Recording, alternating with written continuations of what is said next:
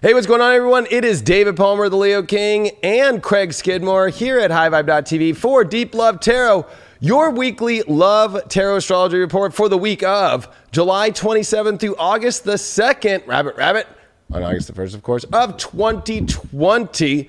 If you have never watched the show before, it's brought to you by HighVibe.tv. Check out all the links down below. Make sure that you get the app as well. It's free. You can get our notifications and all of our free different content on there, like shows like this and lots of other shows, all the spiritual dance musics, and we have lots of tour videos and so forth, and there's a lot of content. But if you do subscribe, of course, you get all my exclusive daily, weekly horoscopes and my weekly tarot and my weekly intuitive and full disclosure, the show that I'm sure if you watch, we put it for free on YouTube during my birthday. That's the show that we do also as well. And there's a lot of other shows on there as well. Lots of other talent. Make sure that you check out highvibe.tv. Now, if you never watched this show before, we're going to go through your whole entire love predictions this week for all 12 zodiac signs. And of course, we're going to do it for the collective as well. And I do the show with Mr. Craig Skidmore, the Scorpio in the house. What's cracking, dog? What up, what up, what up, what up? We're back. These weeks just keep rolling through quickly. It's nice. It's nice to be able to spend these Monday nights with y'all and whenever you're watching here in this week as we do go into the next month. And of course, Rabbit, I'll jump on that a little early as well. But it feels good. I had a nice weekend. If any of y'all follow me on Instagram, you saw that smoke show Saturday. Little corned beef brisket, little ribs, little pulled pork that I actually was just telling David that I put in the oven after I was done cooking it and I forgot it there. Yeah, what is it like to actually cook something and have it just go away? By the way, I'm live on Facebook giving people behind the scenes, but I'm telling them to come over to YouTube or High Vibe right now. But what is it like to put all that work in and then, I'm going to be honest, I know it might disattract a lot of the ladies out there. I'm like not a really good cook. I think Craig knows that too. So that would be like me it's like me when I make videos and then the sound doesn't work and then I record it and then I'm like, oh my gosh, all the videos don't have sound. Is that the feeling? Yeah.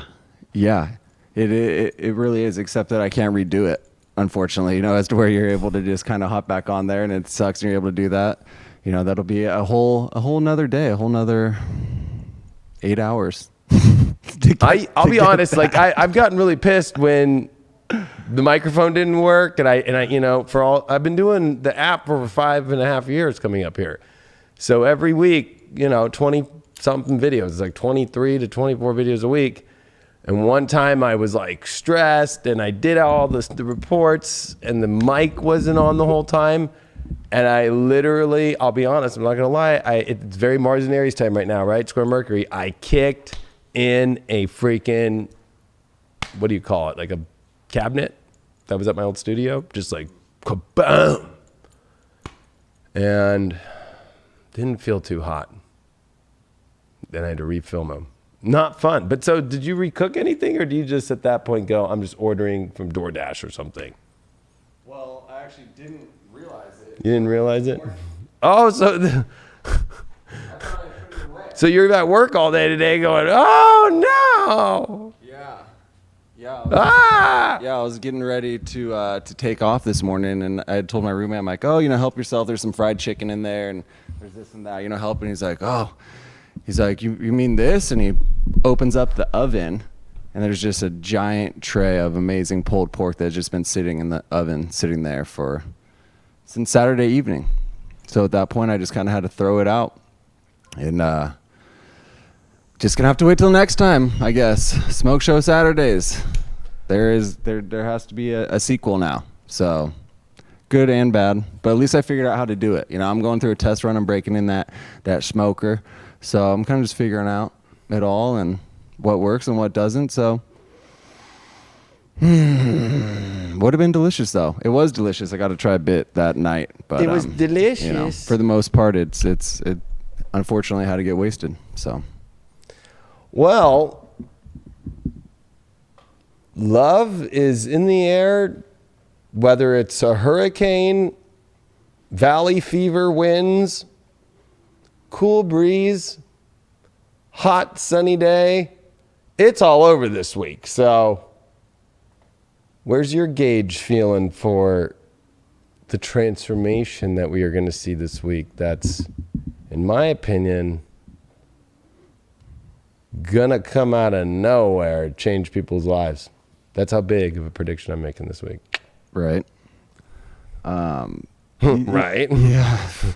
I think it's about kind of putting yourself in like the situation or in the right spot to be able to deal with the situation that comes your way. Whether it is an issue maybe with a partner that comes out of say nowhere. that again. It sounded very Biden, like, when I'm trying to decipher Biden right now. So it's, putting yourself in the right mindset, putting yourself in the right state of mind to be able to deal with these issues that are going to be coming up. You know what I mean? So it's like almost being open to looking at yourself and saying, okay, yeah, I did this wrong, or you're doing X, Y, and Z wrong. And it's, and it's been affecting me that. So I think that if we're open to like fully discuss and like be ourselves and be with our partner, and like discuss the situations, air out all the bullshit that comes your way. So, well, I asked this question. I like that you used air out all the bullshit, but it's like your meat that you woke up to. Are you able to re-eat it? No. That's how crazy this week is. There's just some situations that have been on this crazy neurotic high of I'll get through it, because Venus leaves shadow. And so Venus is squaring Neptune. And so this is going to be also the karmic cycle that ends a cycle of Venus retrogrades in Gemini since 1996, where in 2004 and 2012 was the Venus eclipse cycles. And this one has the North Node with Venus, and we're not even seeing that yet, but it's going to make big quincunxes to Jupiter and big quincunxes to Pluto. And it's on a week where Mars is now shadow and heading into the biggest battle of all time. By the way, on Friday, it looks like I'm going to be doing a special live video event about the battle of the gods, this Mars transit and its big squares to all the Capricorn energy, and how to make it through this, because it's going to be extreme. So just letting people know, I'll be announcing it tomorrow. So let's just run the collective now reading. I say we go into the collective. Let's get it. Yeah, see, it's like I just spilled coffee on my new shorts. You know what I mean? Yeah. Did you spill more coffee on your shorts? Yeah. I don't know how many times you've done that. I was also saying, this is going to be an interesting show since the sun's in Leo and the moon's in Scorpio today. So, and they're squaring, right? It's the big square today. So we got, the moon in your sign, we got the sun in my sign, but you're a double Leo, right, rising and moon, and I'm a Leo sun, Leo rising, and my moon's in Taurus. So this is definitely going to be a fixed show, and it's going to be a lot of the intense Scorpio Leo energy today. Yeah. So be prepared. I'm going to, if you got kind of a weak sensitivity to things of truth, like I would just, maybe you might not want to watch today. Just going to put it out there, because I got some bombs to drop, and I even got some new cards that somebody sent me for my birthday. Ba-boom. And, and I'm doing some crazy shadow card shit today. I was like, you know what? We are going to get to the bottom of this craziness. So this is going to definitely be a show to remember. It'll be a week to remember. Now, if you don't know, collective reading, I do the astrology and then pull the cards for what's going to happen for love in the collective. But then after that, the high vibe gold cup. I love gold. That's right. I'm going to pull the sun signs out of that. So it's all randomized. Of course, I take the time and shuffle all the decks and everything before that. And we also have the high vibe astro dice that we do. So yeah. We're also in the chat, always looking at people, Make sure that you share it, get it out there to peeps. So we are at a big major week. The sun in Leo, of course. Woo! Woo! Home sign for the sun. Love. Talk about love. Love, baby. And it's Venus exiting its shadow. Tuesday, finally, it's going to get to the degree to where it went retrograde. But it's squaring Neptune Monday. And so that's like a numbness. It's also a little bit of hysteria, or it's also kind of dreamy, but it also is this kind of energy of like, I've got this dream of what could be, but will it be real? And with the South Node being in Sag, which, by the way, this Venus now will really start to get close to, by the end of this week, an opposition point and get very close to this North Node and opposition to the South Node in Sag, it's going to be a wild time, and it's going to be making really weird quincunxes over to Jupiter and Pluto. Major transformation and change about whether this is destined or not, what is and what isn't in your life. And with Gemini, there's always the fork in the road. And so there's a fork in the road here with the Sun in Leo being like, this kingdom, is this really all what I want to have? And with Mars being in a really hard spot in Aries, which that does deal with love. That deals with our direct energy. It deals with our needs and our wants, and it deals with our desires. It deals with that sexual energy as well, too. It's getting ready for big squares. I mean, by the end of this week, we're going to see it get ready for the biggest squares Mars, I would say, has ever seen in modern history, to even the last, 760 years at least. So this is going to be the big clash, and you have to be prepared. And this is why I think Venus is trying to wake everybody up with Rahu, the North Node, with the squares to Neptune. Like if it's, I'm going to use the analogy of Craig's life, cooking meat and then forgetting about it and keeping it there, and then it kind of going rotten. If it's rotten, it's rotten. There's no saving it. You know, how many times are you going to repeat yourself with Neptune and be in the delusion of, this is working, and then it's not? This whole Venus retrograde, remember, Venus has been in shadow since the second week of April, but right there at the beginning. I think it was April 9th, April 8th, right in there. So that's how long. All of April, all of May, all of June. Now we're all the way through almost July. That's how much you have had to re-examine your relationships and see what's not working and what's not there. And then there's the people will use Neptune and get drunk, or they'll find a good escape.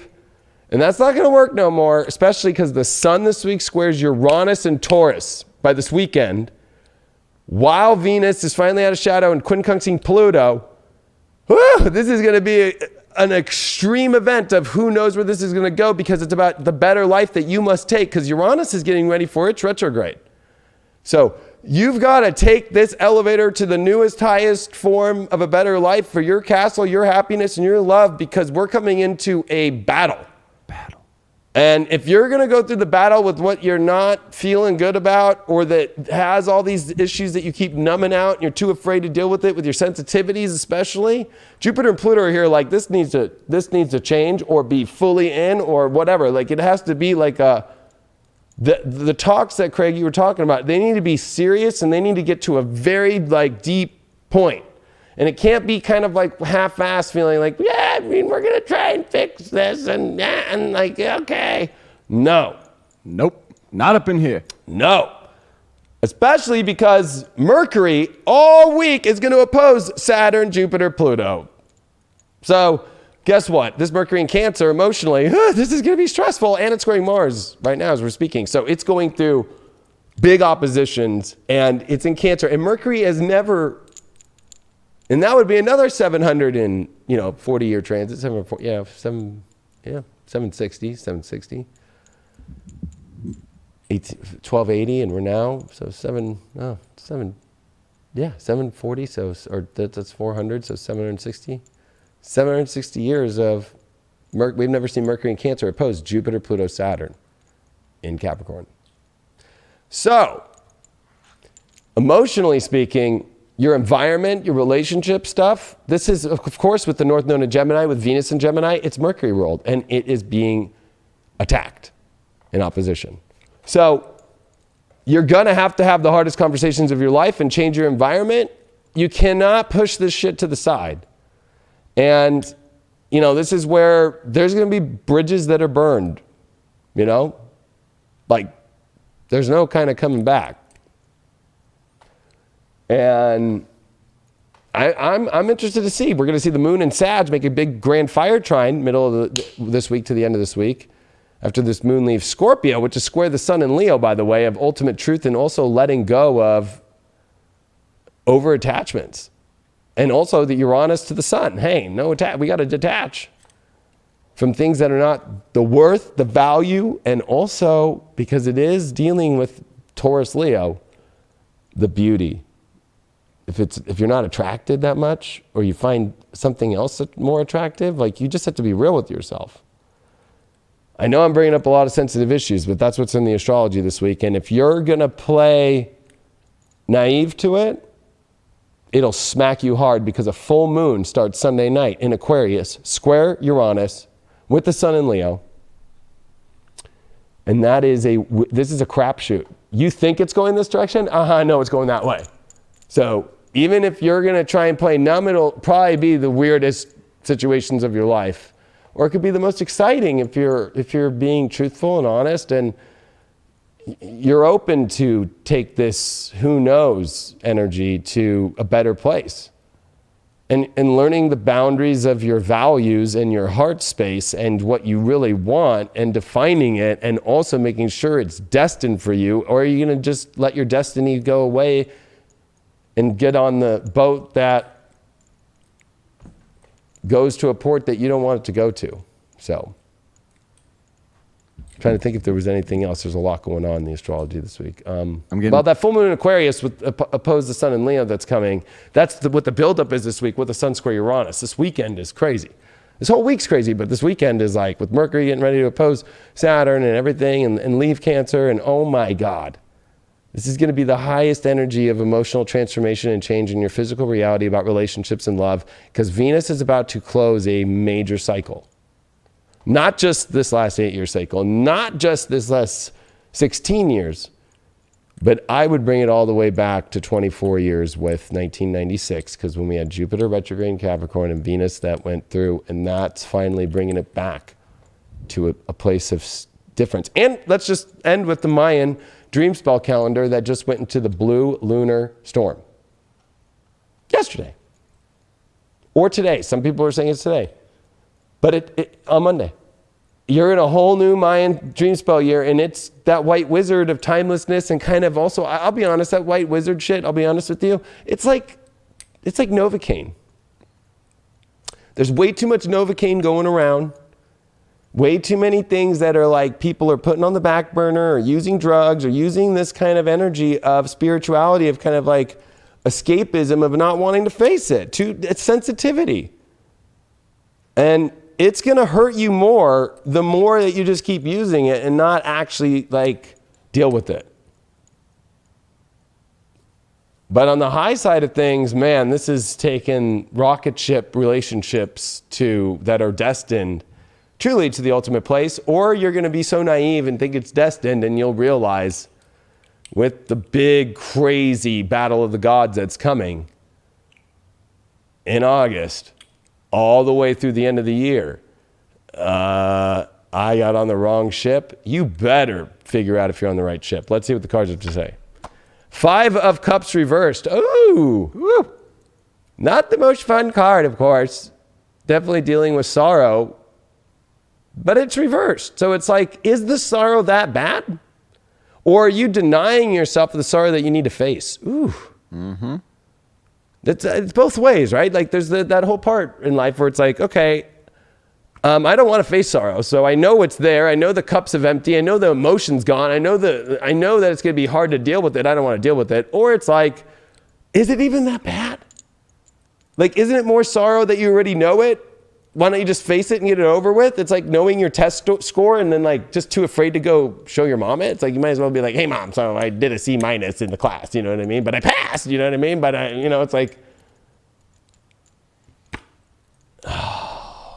weird that we got that as our first card. Now I'm putting as our challenge, I put the shadow deck in our challenge. Why not? Oh, look at this, queen of my world. So whether you're a guy, girl, it doesn't matter. Oh, are you too challenged to not really have the world that you want with love because you're too afraid to deal with the sensitive emotions of sorrow that you're going to have to face? Our outcome that we got, and I'm using this TV deck that was given to me by some cool fan. I really am perplexed with this because I feel like... Who do we got on that? What's going on there? Oh, like this would be justice right here. Yeah. That it's like the ultimate divine justice is going to be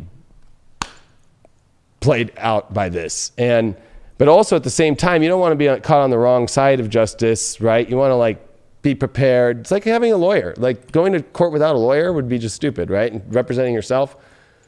Like this isn't a movie. Like, you know what I mean? It's like you want to be prepared and like have your things prepared for the ultimate justice of your life. You just don't want to go into this week like I'm just kind of like not going to deal with anything. And then, whoa, the divine justice, comes down and I wasn't prepared at all.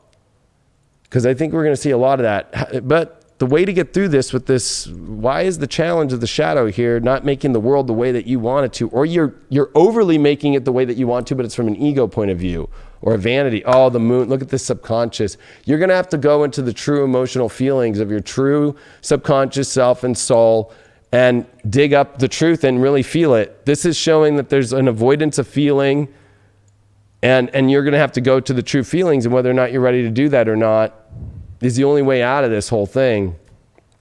And so it's definitely not something that you can just continue to just kind of hold on to. The way that we get through that Five of Cups is, wow, we got the Hermit card. So you've been processing this a long time.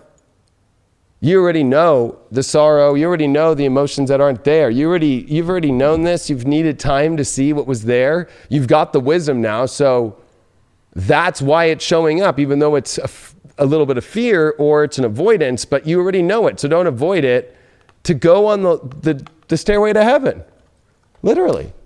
And that justice has come up because Page of Cups, wow, a new offering of a new emotional happy place. That's the true happier place in our life, and the real emotions that are youthful, exciting, and taking us in new directions, which actually is realigning our life in a better way. We did get we've got the South Node in the 12th in Taurus. This is hoarding, spiritual hoarding. I can't let this go. I can't let go of this physical nature of a relationship. I can't let go of this spiritual thing that I have almost overvalued. I'm not ready to face the Scorpio North Node in the 6th, having the reality of your truth, of your depth and the needs that you really want. But that takes change. And that takes, more importantly, a reality change. And that's what people are afraid of this week. And the collective needs to face that, because if you're going to be in no man's land Taurus and just be like, I just want it to be pretty and I just want it to just not be all fine, I don't want to deal with it. Well, guess what? You're just going to end up in a virtual reality that right when you think it's going good, the power goes out.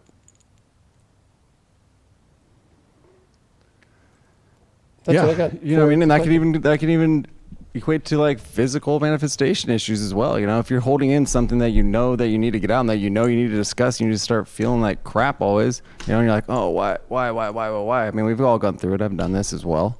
You're avoiding a situation when it can't be. The time is now that needs to be discussed. The time is now that you need to put everything out on the table at a deep level, your deepest wants and desires, and what's not working, what is going to work for you.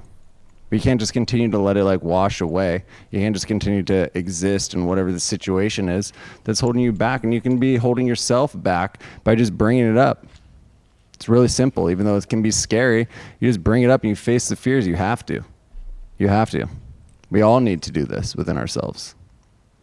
I mean, I think that you're right, because the physical manifestation of this, I think, is going to be extreme just from the astrology and that. And I think that you bring it up. It's like,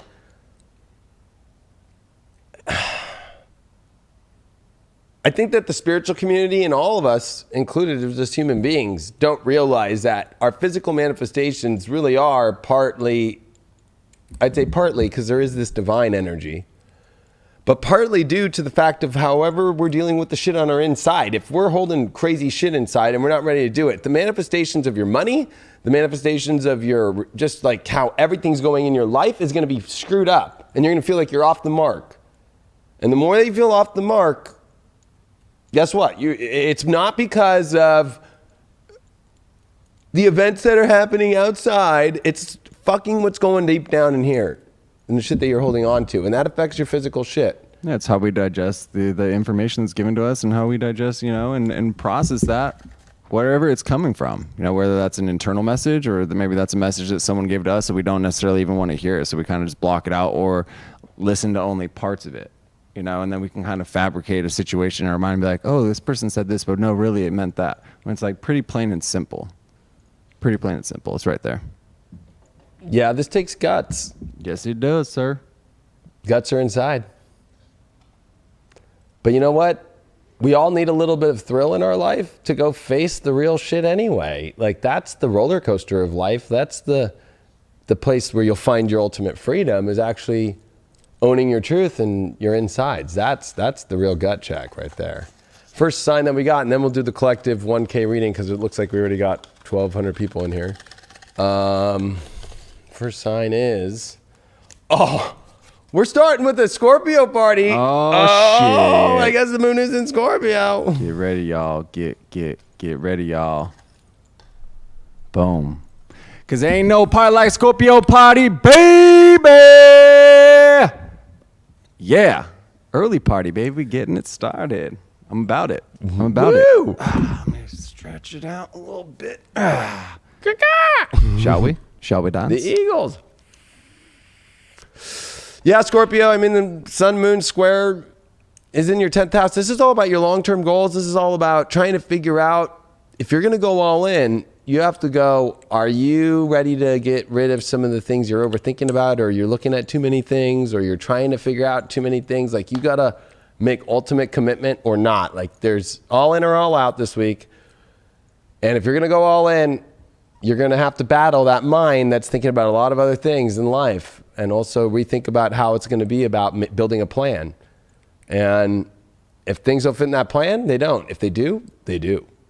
Your first card that you got here is the King of Cups upright. I mean, This is definitely, really empowering for the emotional position that you're going to step into, and being okay with how everything goes emotionally in life. But one thing about the King of Cups too is there's something where it's kind of like, it's kind of hard to read, because the master of the emotions, the king of the cups, he knows how to deal with them. So it's almost like, can we get any emotion out of him?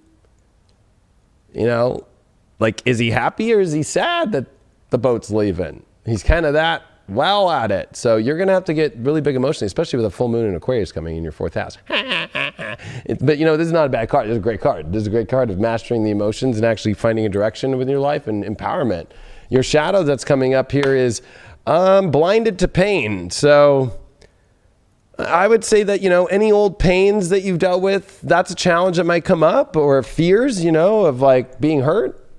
I would say that it's a challenge, though. It doesn't mean that it's real. So this is going to be a good week to get through that stuff. I think it would be more mental based off the astrology. So I'm not too concerned about that. You did pull the King of Pentacles in reverse. So I think that your world is going to be a little bit flipped upside down. It's not going to be going in the same direction that it was by the end of this week, especially since we do see the wagon here energy, or sitting on this, at least. Well, there's oil actually in this one. It looked like a wagon, but it's like, I think that you're going to be maybe afraid that you're not going to get the same juice of life, maybe, by either leaving somebody or coming into a situation or adjusting something. But we'll get a little bit deeper on the clarifying cards for that. I mean, I think that you're emotionally sound, but I think that, your physical life's going to change so much that it's almost like, I don't know if I'm going to be able to handle this. And then maybe the fear pops up. The way you get through that fear is the 10th house, the world. I mean, this is definitely about making plans. I mean, as long as you have a plan and as long as you stay to the plan, the fear, you don't need to worry about it. And then you actually get achievement. So it's like, do you want to achieve something? You either got to get rid of somebody or get rid of the situation or step into something, right? Like in order to have that achievement. Don't have that fear of stepping into a plan and taking action about it in a cardinal way of like defining, this is what we're doing, this is how it's going to be. And it doesn't have to be like you need to plan out your whole entire fucking life, but at least set a course, and that will help to the fear stuff. The reason why you got this King of Cups upright is the Star card. Yeah, you're starting from a whole new position. I got a feeling that there's old fears that are not unwarranted, because this is wanting to start fresh and from a very empowered position. A feeling like you're divinely guided by the universe to do something and emotionally empowered to do it. Follow that. That's awesome. When it comes to this King of Pentacles in reversed, you did get the Temperance card reversed. Yeah, this is definitely the whole reality changing. And that might be the weird part, but overall, you've wanted the whole reality to change. So that's what's happening. The whole reality is changing. So don't be so afraid of it and don't think of it, because I feel that Scorpios, change is scary. But that's what you thrive off of. Because if it stays the same way too long and without some sort of edge or change or excitement for it, especially as you're being divinely guided, empowered emotionally to go do this, who cares? Doesn't mean that nothing beautiful is going to happen or that you're not going to have the greatest reality. If anything, it's going to turn it in that direction because maybe it needs the turn in your life. You did pull North Node, second house, Libra. Oh yeah, focusing on the reevaluation of your relationship life, and also what kind of relationships do you want to have, and focusing on that, and focusing on maybe that a relationship could also balance out your life and also give you something that maybe that's been missing, because maybe that you've been getting emotional stuff, but there's actually more of the physical realm that needs to be actually seen to have beauty in your life more. So I think that this is a great reading for Scorpios. I agree. Overall. I agree. You know, But beware. That sun squares Uranus, and that's your 7th house to your 10th house. So it's like, unless you make a choice and a plan, the relationship, you could lose one, or somebody leaves you because you're not willing to commit, you're not willing to decide, or you're deciding and you're leaving, or you're committing, or you're going. But it's a topsy-turvy one. Who knows? So if you're going to just, you gotta hammer this down. Hammer it down. Yeah, don't let it just kind of like walk away. We can easily get stuck in a thought process or a way that we feel a relationship should look or a person should be, you know, and then we can kind of easily miss that beauty that's in them. Like you said, that, you know, balancing out. You know, sometimes Scorpio, knowing myself as well, you know, we kind of want someone to almost like adapt or be us and like match what we are. You know, and we get caught up, and that's not going to be healthy for any sort of situation. You do need that balance that David's talking about. You know, you do need someone to say, that shit ain't going to fly anymore, and kind of hold you accountable for what it is that you're doing. And they need to be upfront and honest as well. And you as a Scorpio need to be able to kind of, you know, transform this energy, you know, step out of that timidness, you know, or that being afraid of being hurt again. I think anybody can relate to that, you know, the fear of being hurt again. But we have to be open and willing to love again, and be open to let someone new into our life to make sure that doesn't happen, you know? It's being there and showing up for yourself, showing up for an individual, and really trying to make it work. You know, if it is meant to work, then you can be there. You can make it work, you know? But at the same time, if it's not going to, it's time to definitely step away. You know, maybe you still need to do a little bit of that shadow work. Maybe you're not quite ready yet, so... all depends where you are right there on that evolution of love. It depends on where you're at. But I like that you know, that work is important, and that physical realm, I think, does kind of balance things out, because sometimes this Scorpio's life can be very internalized, and it's great because almost like Scorpios can almost live this whole life inside, like, you know, emotionally. Like they could go through extreme change of life just inside, not even the physical realm sometimes. But that's the whole counterpart, is like actually the physical realm is necessary of relationships for Scorpios to pull them out of their holes. Yeah, and sometimes we don't even know that we're kind of, I wouldn't say messing up, but, you know, maybe not treating people the way that they need to be treated, you know?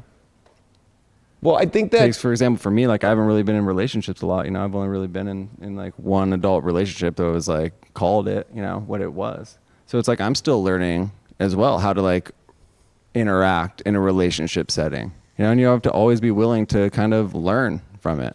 It's always a learning process. People are going to be different every relationship that you're in, you know, and you always have to take that and kind of make it work with inside yourself and figure your shit out. I was going to say that because Taurus is the opposite sign of your relationships, which is the most dense physical reality, and that's your relationship house. Relationships pull Scorpios out of their little Scorpio dens, but it also puts them back in them too. Right. So think about it, like the counterbalance here is like, if you have been put into a hole, a relationship's got to pull you out. If you are over the relationship and you feel like needing to go back into your hole, then you've got to get out. You know what I mean? So that's how it kind of works. I think it's time for a 1K collective. I think so too.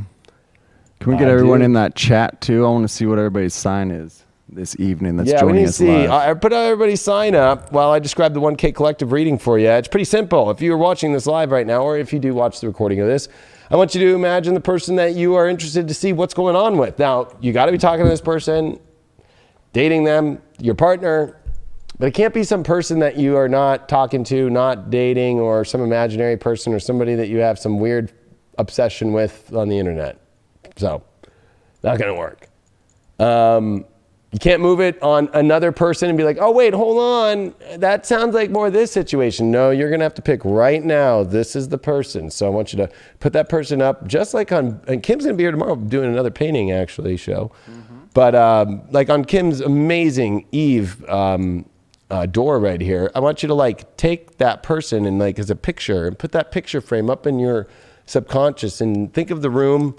Close your eyes right now with me and go into just like a room, however you have it. I mean, I'm a Leo, so I'm in a palace right now. It's beautiful, and I've just got beautiful nights everywhere and just beautiful furniture. And I'm looking up at this beautiful wall, some old, like, but new, elegant wallpaper. And I've got this beautiful frame, and I'm going to put that person into that frame. And that's the person I want to know what's going on with that person and where things might go.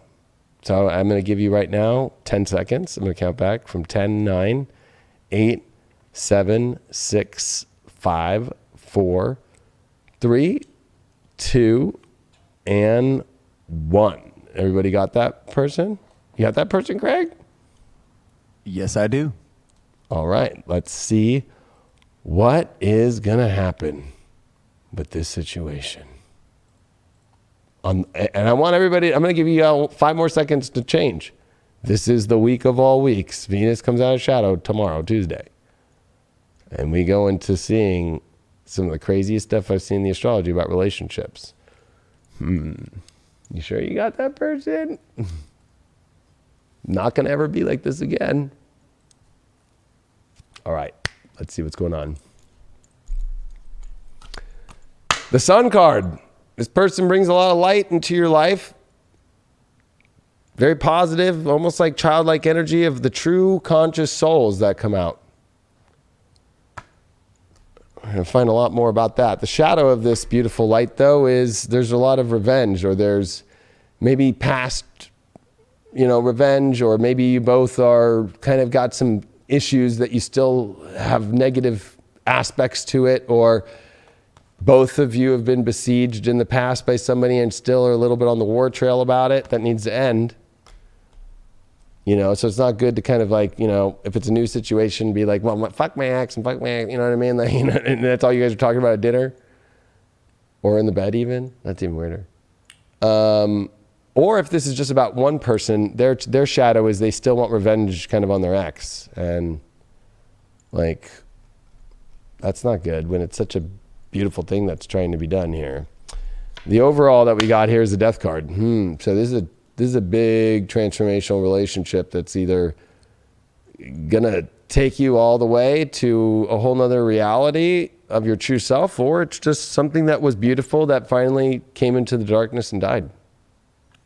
Especially that we got that revenge card there, and we got 23. How do we get through that revenge? 8th house. Ooh, yeah, it's got to go through a complete transformation. And those are not easy to go through, but it also can be the beginning of something very beautiful here, especially if it gets over the toxic energy and the revenge energy. So, but this 8th house with the Death card, so we got like basically 2 Death cards here with this revenge and just the Sun. This is very polarized. There's a lot of light, but there's also some sort of darkness within both of you or within them or whatever that you have to face. That Sun card, to get a little bit more deeper about it, we got the Death card reversed. We don't want to let go of the light of this person or the goodness of this person, but at the same time, maybe it's looking like it maybe has run its course. Maybe it was a short course, maybe it was a very long course. I'll ask one more clarifier for that, and I'll actually go. I'll go with I'll go Botticelli here. This feels important. I feel like It's very important. It is. we've got 2 death cards, 1 reversed. We've got a sun card here. We've got an 8th house, and we've got a revenge card. We've got all dark cards here and 1 light and the most bright card. So, why is this not being let go of? Page of Wands.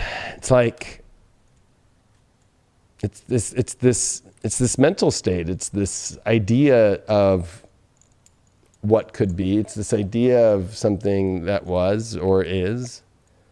But is that enough weight to hold it together of like the idea?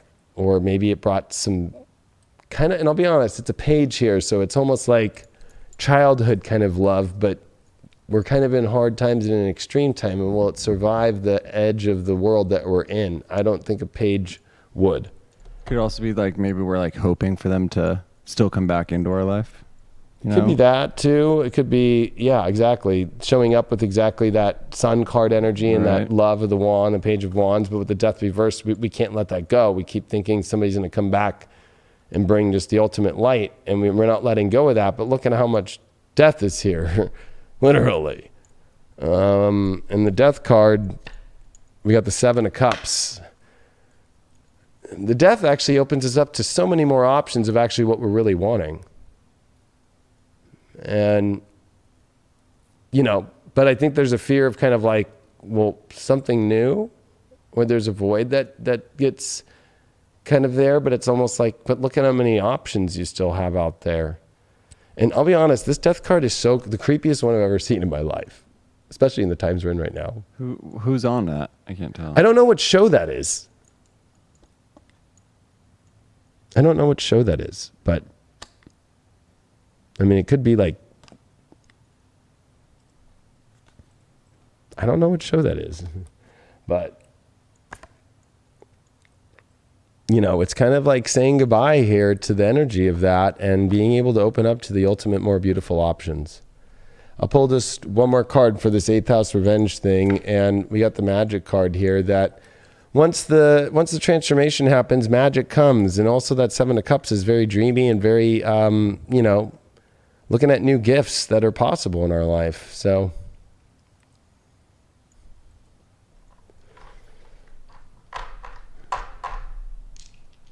doesn't look too hot. 5 South Node in the 5th house of Capricorn. This is control issues, trying to control and wanting to have control of the happiness, and not also wanting to disconnect when the North Node would be in Cancer in the 11th. Like, it's time to go emotionally find the world that you really want, instead of still trying to hold on and still have control of something of love that's not, which actually is more kind of melancholy love, or not showing up the way that you want to. So I would say that this is something that you have to let go if I were to put my overall on this. Mm-hmm. Yeah, there needs to be that release. There needs to definitely be that release, that mental state. And that kind of touches back on like as to what part you are in like in your grieving, or this partner that you're trying to bring into your life, what part that maybe they're still grieving from an ex. And there's no real time frame on dealing with any of those past traumas. We just have to continue to work for it, continue to be upfront. Someone in the High Vibe chat said shadow work, pillow talk, which I thought was funny. But it's almost like there is a time and a place for these, and you have to allow yourself to appreciate and allow yourself to enjoy some positive times with these new individuals, so that you can kind of have that happiness growth inside yourself, and then face those issues again at appropriate times. It's always, again, you don't want to just have shadow work, pillow talks. That's not going to be healthy for this relationship. Thank God the sun's in Leo and the moon's in Scorpio. Yeah, like there's a time and a place for these conversations, but you have to allow yourself to appreciate them, appreciate their body, and let them appreciate you as well. And that's going to help you evolve. That's going to help you bring more love into your life, and that's going to help you be an all-around happier person. So I think that, I think it's cool, right? Like a shadow talk, pillow talk, shadow work, pillow talk is the farthest away from ultimate heaven of love in your castle of like true love. It's the opposite place. Right. So, that's not a place that you want to continue to be at. It's not a place that you're going to gain the excitement that you really want to have in your life at all. So, and I'm going to be honest, I think, there's timing and stuff, but I think that this is a reading that definitely the universe came through and said, stop giving this thing hope. There's way too many death cards. There's 3, technically. 3. And that Sun card and that Page of Wands was with the Death card reversed. So it's like, that's what you're not letting go of. Everything else was like, move on and look at the whole new stratosphere here. So I don't want people to be hanging on still, because this is saying that people are hanging on way too hard to that person that they thought of. Speaking of love,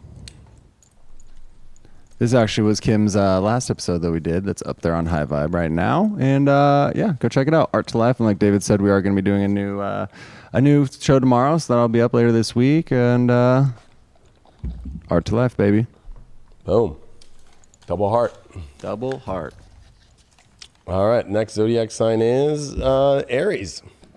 Man, both Mars, and there's a lot of Mars activity going on right now. Interesting, that bunch of Mars energy has been popping up here. Bunch of Mars. Aries. Mars. Aries. Well, Aries, yeah, Mars in your sign, Venus coming out. I mean, there's been a lot of confusion in your mind and trying to figure out things with relationships. It's almost been a little lost with Neptune squaring this Venus coming out of shadow, and especially that this week the Sun square Uranus is going to be dealing with the ultimate happiness and love that's the best for you, and the risks that you need to take in order to do that. You need to make a full commitment to something, and it's going to change your emotional environment or even change your living location or your home in order to do it. You got to make some sort of big sacrifice in order to really go to have the ultimate love that you want. You got the Six of Cups in reverse. So yeah, this is like memories gone sour, or memories of one time that you're trying to maybe get back to, or you're reflecting on memories, but they're not being played out now. We're going to get a little bit deeper into this, but this is definitely also, there's not the kind of harmony that's been there before.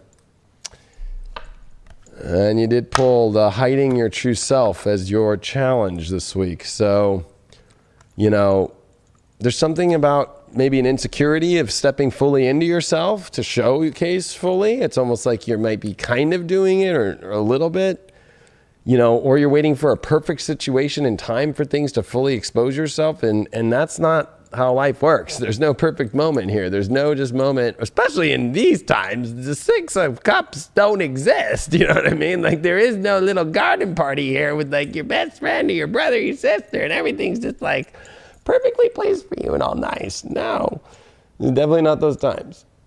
Not, and so maybe it's like, because it's not perfect times, that's how the true shit gets out. So you look at that as a challenge, but you should be looking at that as like, that's how it actually gets more of the realness out. The overall that you got here, holy cow, we got a Wheel of Fortune here. So, and it is reversed. So it's like trying to control. I think that there's an underlying issue here overall, that it's like trying to control your life on your terms, afraid to really go into the wheel of a new direction. Are really afraid to go where the universe is going to take this, because it almost feels like a sacrifice. It almost feels like you're going to have to go into a life that's going to be sacrificial in a way to really take you to the place that you really want to go in your life. Like, you're going to have to let go of what I think that the way that you think it's supposed to look like perfect and all that, and this is not. The wheel's trying to turn, but you're not letting it turn. How you get through this hiding of the true self is the third house, communication. Communicating what you really want, communicating your true self fully. There's a lot of vulnerability with that, but the Eye of Horus is here too. Like, it's like, let the light shine of the truth of what you really feel in your true self. And this is not, I think, so much about the other person and stuff. I think this is definitely directed at yourself, especially with Mercury in your fourth house opposing all this Capricorn. Let's see what this Six of Cups that we got here, the vision. So yeah, that's, I think, the issue. This is this grand, amazing, super, super amazing vision that you have from spirit. It's almost like you get like this completely channeled vision, whether you want to call that you've channeled it from a higher source, your third eye, but it's almost like it's getting mixed up because it's not showing up in the physical world the way you want it to be seen. Well, you have to go I would say, not perfect situations or times in order for that vision to come true here. It's like, And it's not going to be just like this perfect moment here. No, it's going to definitely be kind of like the wheel's going to turn and there's going to be a sacrifice. And are you going to hold from it? Let's see what's up with that Wheel of Fortune in reverse. The Seven of Wands in reversed. Yeah, it's almost like Aries, you're not willing to really wanting to put your full force into it all the way. You're hesitant. And so when you're hesitant, nothing's going to really be the way that you want it to be. And you're not going to get the vision that you want. So there's a lot of hesitation. And that's your outcome, is the hesitation. Whether you want to throw that on other persons and you, or whatever, it's got to get down to the true form of the communication. But that's on you, and whether or not you're ready to reveal fully everything that you have to say and who you really are here. You did get Scorpio moon in the second. Yeah, this is you looking for validation emotionally, and that's not going to happen. Like, the only physical changes that will happen in your life is when you own that power and you expose what it is you want. You have to ask in order to receive, in order to see it in the reality. But you also have to let go of how perfect it should look, of exactly how you want it to look, because it's almost like the way that you want things to look is actually going to take you down a road that continues on the same path that you're not happy with. Yeah, it's almost like there could be certain things also with that partner, this person that maybe you're starting to date, that you don't like, that don't necessarily align with your life. And you could be having troubles with how to discuss that. You know, you might like this individual, you might, you know, love spending time with them, but there could be certain things, certain actions that they take that just don't align with you spiritually and with your heart, you know, and that could be tough. You know, but is that something that you can deal with? Is that something that you can work through? Or is it not? You know, that's going to be your ultimate decision at the end of the day to make. You know, is this person worth it? Can you look through those certain issues? Are they willing to change these certain issues? You know, these are all conversations that you have to have. You have to go deep. And you have to build on that, and you have to work through them.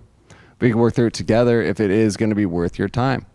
But again, that's something that you're going to have to decide.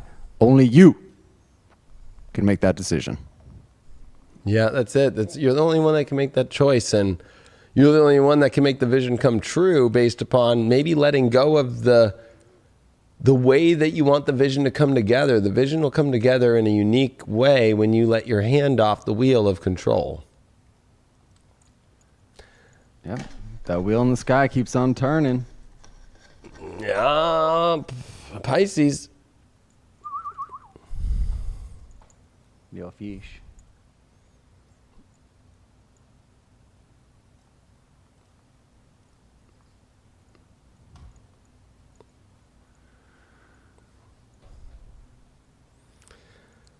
So, all right, Pisces. I mean, this is a little bit stressful here because you're dealing with 6th house Sun, 3rd house Uranus. Your world's got to change. All the Capricorn opposed to your happiness. It's like Pisces are really having to see the healthy reality if they're around the right energy. If this is really I think it's kind of hard for Pisces. They can get so settled into places and then realize it's not the right place. Like, oh my God, that's the whole unconscious part. And you're going to have to it's stressful because I think that you're trying to figure out a relationship, or you're trying to figure out your relationship life. And it's getting to where you're going to have to really realize it's the container it's in, especially with Venus coming out of shadow in your 4th house, where your emotions really sit, and the kind of emotions that you want to have. If the environment you're around, the people you're around, the city you're in, the way that you live your life, if it's really even going to manifest the way that you want to, your home life, this is definitely stressful. I'm going to be honest with you. You pulled the Knight of Pentacles upright. Yeah, it's a long journey in life. Do you want to continue on this long journey is the big question. Is this journey really getting you to where you want to go right now? Is it really manifesting the way that you want your life? And if it is, we're going to see.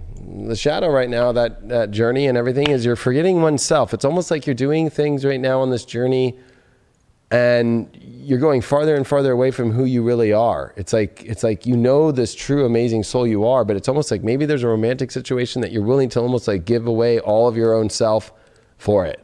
And if you're not with anybody, it's like you're on a journey where you just keep forgetting your own self, or you're afraid to show yourself. We got the Knight of Pentacles reversed. So 2 Knight of Pentacles and 1 reversed. The overall is, I think that the journey that you've been on and the direction you've been going, you have been forgetting yourself, and it actually is more stuck in the same place, and it's not moving. So you're not moving. You think that it's a long journey, but the long journey has actually been at the truck stop for a long time, and they have not even put the tires on this thing yet, and they're out to lunch. So, the true happiness and true love and true Venus love and the real attractive love and the real you is the only way out of this thing.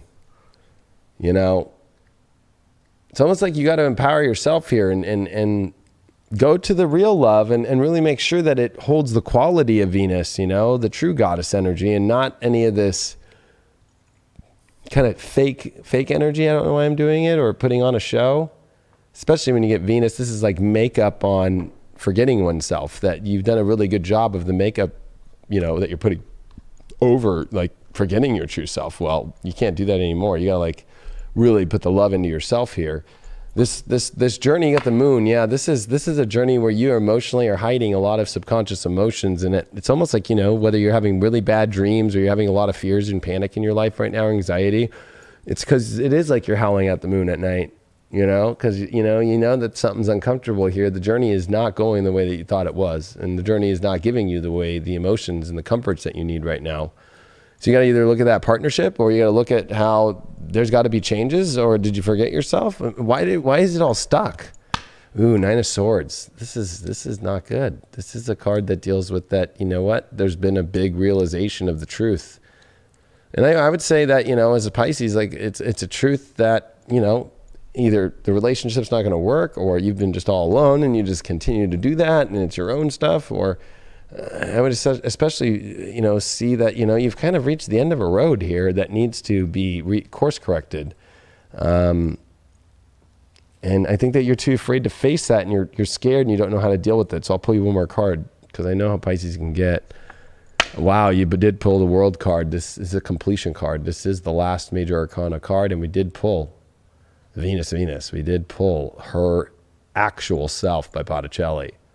As she, and you know, this is why Venus is the clam, right? This is why Venus is exalted in Pisces, is because you have to rebirth yourself in a spiritual cleanse in order to try and find the true beauty again of your true existence, and remember the true self and the true beauty that you are, instead of continuing to try and hold it in a physical reality. You have to go a lot of the ways that in Christian theology we would wash away our sins. We have to almost wash away the sins of the things that we know are not our true self, or the partner that's not really working out. Moon and Libra in the first. Well, you're going to have to emotionally put yourself first about what you really want to be beautiful and the kind of relationship that you want. And you have to direct the conversation emotionally now, and you have to direct things. And if you're not getting what you want emotionally, you're going to feel real off balance, and you're not going to feel safe, and you're not going to feel secure. So this is about putting yourself again first, and there's a lot about that. So Pisces, you're definitely in a weird space here, and you got to put yourself first, and you're going to have to kind of close the gap on this kind of delusion of forgetting yourself and emotionally hiding this, trying to put makeup on the journey. It's not working. Yeah, I like that, the hiding yourself, and kind of like, where have you let yourself not be important? You know, there's all these different facets of life, you know, and sometimes we kind of put ourselves below needs, which is needed sometimes, you know what I mean? The selflessness of life is needed as well, but you can't let that just go on forever till you're completely empty and you have nothing left to give. You always have to take the time to recharge yourself. You always have to take the time to focus on yourself as well. You can't just keep giving and giving and giving until you have no pieces of yourself left. And then, because who are you? You're no longer the individual that you were. You're no longer possibly that individual that your partner fell in love with, you know, and vice versa. If you're trying to change someone fully, they're not going to be that person that you fell in love with, that you wanted to enter into that relationship with and begin with. You know, so you always have to address, you always have to continue to work, but you can't let yourself just waste away within a relationship. You have to stand up for yourself. You have to stand up for your convictions and your love and your thoughts as well. Put them out there into the world. Yeah, and I think that you bring it up good, like wasting away, because it's almost like sometimes Pisces just won't say anything. Nothing's wrong. Yeah. But it's like inside, it's all wrong. It's all, something's off. And then so I feel kind of bad for Pisces, because Pisces can sometimes actually just keep seeing, no, there's nothing wrong. But it's like, no, there is. And Pisces will lie through their teeth. I know from firsthand experience oh no, everything's fine. And then you find out, you talk to them, a decade later, and they're like, no, it was never good. I hated it. It's like, oh my God, you got to tell the world it was all good. You know what I mean? So. Yeah, Chris in the chat says no more codependency. No more. Yeah, no codependency. None of that. Especially with this Leo and this full moon coming. Oh, in the 12th house. Oh, Lordy. I don't want to scare the Pisces, but there's definitely a Pisces are going to get the big wake-up call this week. Woo! Oh, my brewing. Virgos, they're opposite sign. Woo. Woo. Woo-hoo. Maybe the virgins can help you out. Clean it up. Get that vacuum going. Did the vacuum get fixed or is it broken? It got fixed. It was just clogged from all the confetti. I think Virgos are in a kind of similar situation. It's a little flipped. This is the 12th house. Like, squaring the 9th house. It's like, is this really going anywhere? Or is this kind of lost in like a place to where it's got a lot of dreams? It's got a lot of ambition in ways. But that's the thing is like Venus coming out of shadow in the 10th house, Virgo, is like, are the partnerships you're choosing if you're single or even if you're in a partnership, is it really going somewhere big? Or is it just kind of floaty? And is it just kind of lost right now? Especially with Neptune that's going to be squaring Venus and it's in your 7th house. Like, is it really truly what you want? There's a lot of pressure on you with Mercury being in your 11th house. It's almost like, have you scanned the whole environment of your whole world and all the people to make sure this is actually what you want to hunker down with? Virgos are definitely in a place where they have to really rethink a lot of, is it like, this is kind of like a GPS scan. Like, is this really what I'm at and where I'm at? And is this really what I want? And that Mars in the 8th is like, is the passion truly there? Or does it not bring out my true passion? And it kind of keeps me a little bit safe, but not edgy. Well, you did pull the 4 of Cups. So this is definitely the card where you're not really wanting it, but you're like, this is showing up and I don't like it. It's almost like if you go to a drive-thru and you guys all know I love Sprite, right? So I get a Sprite and it's out of bubbly, and it's just all that syrup and it's not even good. Or it's out of syrup and it's all just soda water and it's just like, what? Something's off. Something's off here. And the shadow to that is that, I felt that. It's missing edge. It's a colorless angel here. It's like, it's not that exciting. It doesn't fill you up much. It doesn't give you much. Two of Wands in reversed. I love this. This is Battlestar Galactica. I love that show. Oh. Underrated show. Very underrated show. Actually, yeah. I would say that people that know. People that know it like it. Yeah, it's very good. Especially the end. Holy shit. Yeah. But I think that was kind of predictable for me. But I would say the world is not the way that you want it to see. You got 4 of Cups, you got a colorless angel, and you got a 2 of Wands. The world is not upside. It is upside down. So you're not getting the world the way that you want to. And maybe you're dealing with situations where your world's been upside down. And that actually is making you look at the relationship and being like, oh, it was going this one direction. And now if it's going this direction in my life, I'm not really that into it. Oh, wow. Pulled the Libra card here. So, if it's not truly a relationship, if it's not truly, sure, balance is Libra, but I'd say it's way more. It's like, I feel like I identify with this person and we come together and this is game on, that we are going to create a big identity together of self, of oneness. And with that colorless angel there, it's like, can you take a 4 of Cups and a colorless angel and bring that together? Let's see. The Strength card. Very opposite of the 4 of Cups. I think that you're looking for strength. I think that you're looking for fire, inspiration. And that's not what you're getting. Unless you can find a way to see that strength or that fire within them. Give them a fair shot. I think it's deserving to give them a fair shot. Although, let's see with this world upside down. The Hierophant reversed. there's no real commitment energy here, or it just kind of feels very stale and the world's not going the way and there's really no direction with it. And that's the problem. So direction has to be found. And I would say that, really it's not something that you would truly just go the whole world for, and you're feeling almost like too, like maybe there's not responsibility on the other hand. Maybe you're not seeing your partner show up with the responsibility you want, or maybe that person that you're interested in isn't showing up at all with the wanting a commitment the way you want to. And that makes things hard. Or I think deep inside in yourself, you're almost wishing that they don't, because you don't want to do the execution yourself. Like you don't want to be the bad one, right? Like the Hierophant reversed is kind of like, can the Pope kick me out? Like, or can I do something and then they'll like break up with me? Yeah, because I think that you don't have the strength to actually admit you don't want it fully, or be fair to somebody and say that you're not that into it either. Ooh. Good luck, Virgos. You got 4th house, Scorpio sun. Yeah, this is definitely that you have some really deep emotions that need to come out, and the sun's highlighting them extremely, meaning that you can't live your life truly emotionally sound and find the things that you really want to receive if you're still emotionally holding on to something that you're really not that into. It might be uncomfortable, but it is the change that brings you to the true emotions that you really want.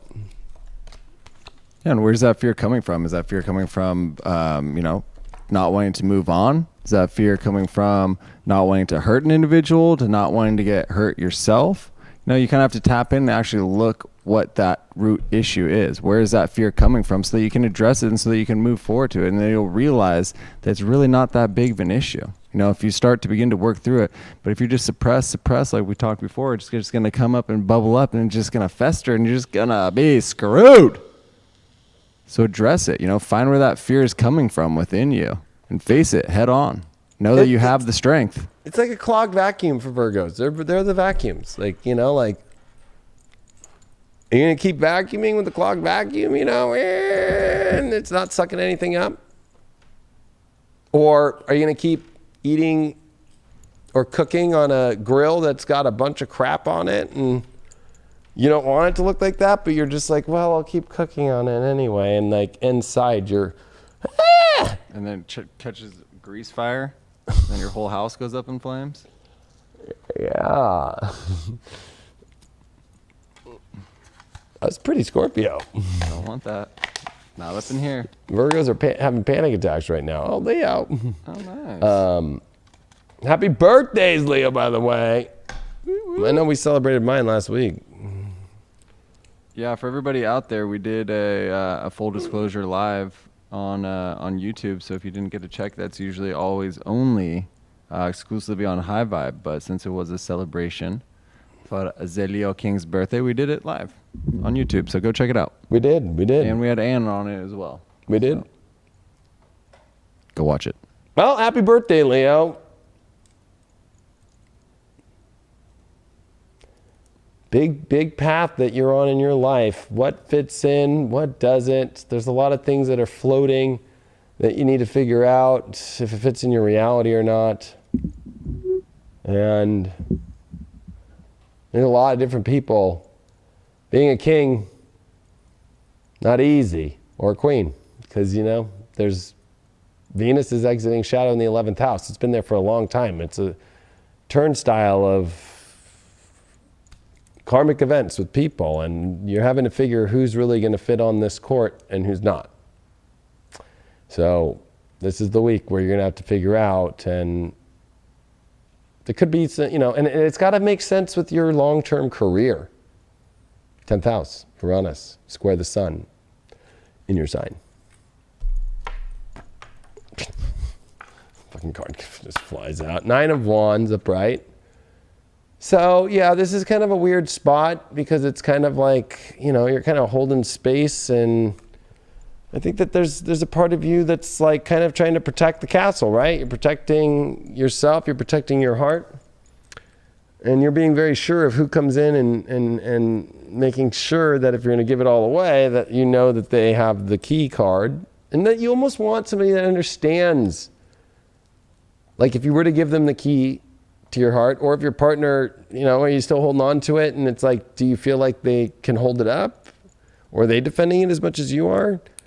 But it's almost like when you give somebody a key, it's like you just trust them. Like, yeah, you got the key, you know the place, and they like take over, you know what I mean? If it doesn't feel like that, then I don't know. Downcast pride. So it's almost like, Leos, I think that you might be dealing with, energies kind of putting you down, you putting yourself down. And I think that, you can't put yourself down. You can't let anybody put you down for who you are and what you are worth, what you are protecting, what you are guarding. You're guarding something that is precious. It's not like it's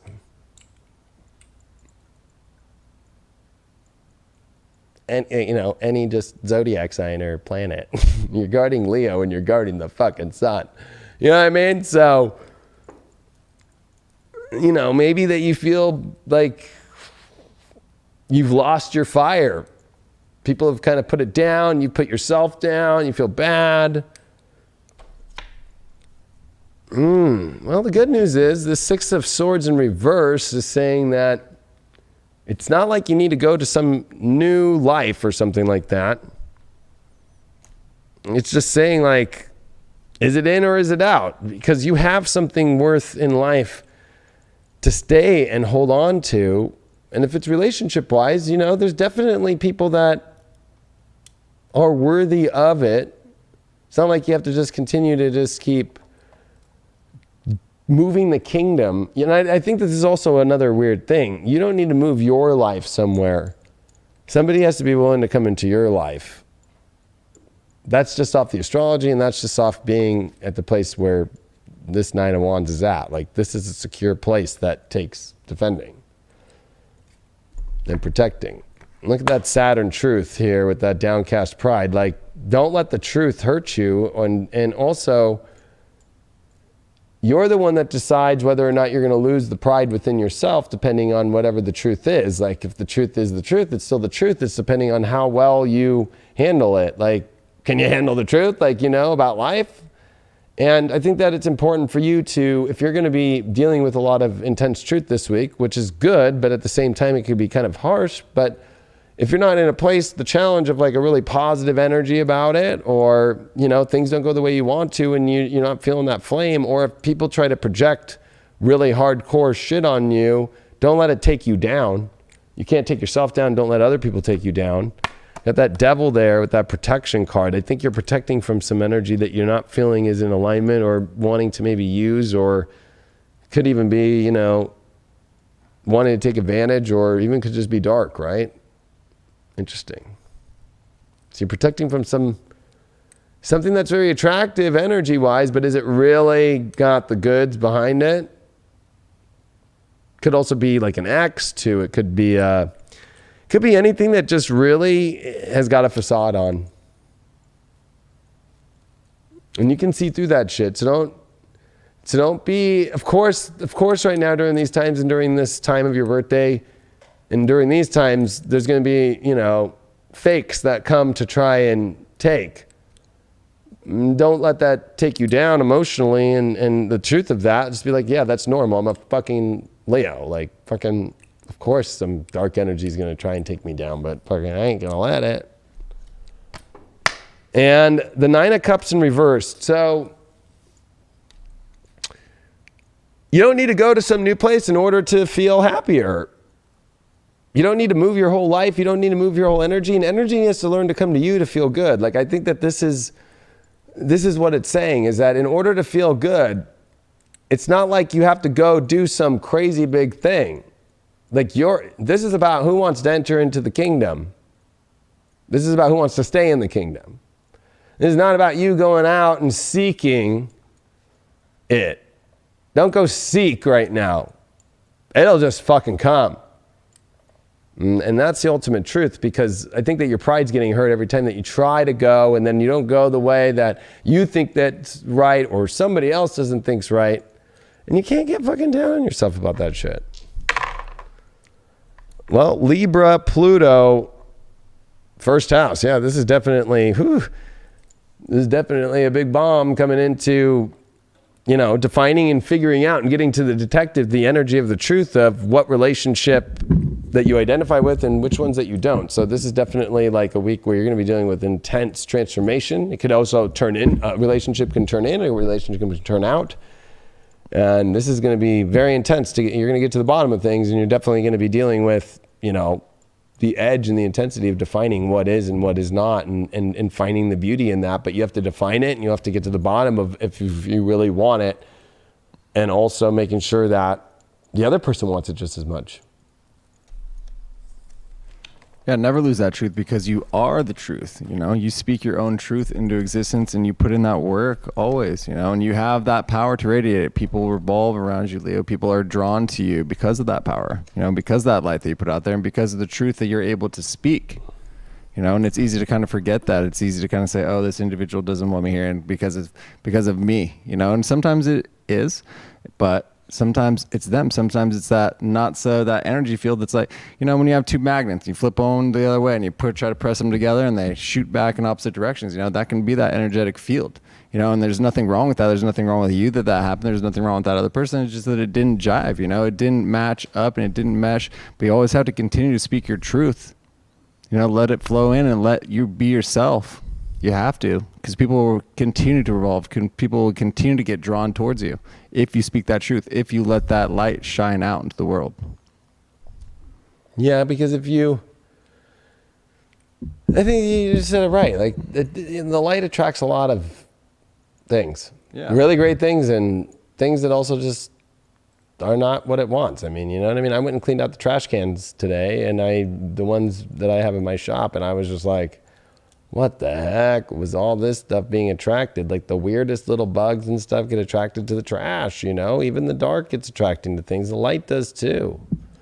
And it's about determining what you're going to keep and what you're not going to keep. And what is also on the same page as you with the same light. And that's all. That's the only thing that makes sense for a Leo. Because if a Leo feels like they got a king or a queen next to them that's not fucking on the same page, ooh, owie mama. That's not a good feeling. The Cancers. Wow, it's gone Virgo, Leo, Cancer. It's gone like Crab people. Crab people. Gone.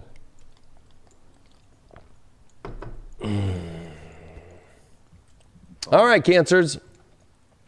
This one, out of all the signs, mentally speaking, the ultimate figuring out of the truth and dealing with some pretty harsh energies, because that Mercury in your sign is opposing Saturn, Pluto, Jupiter.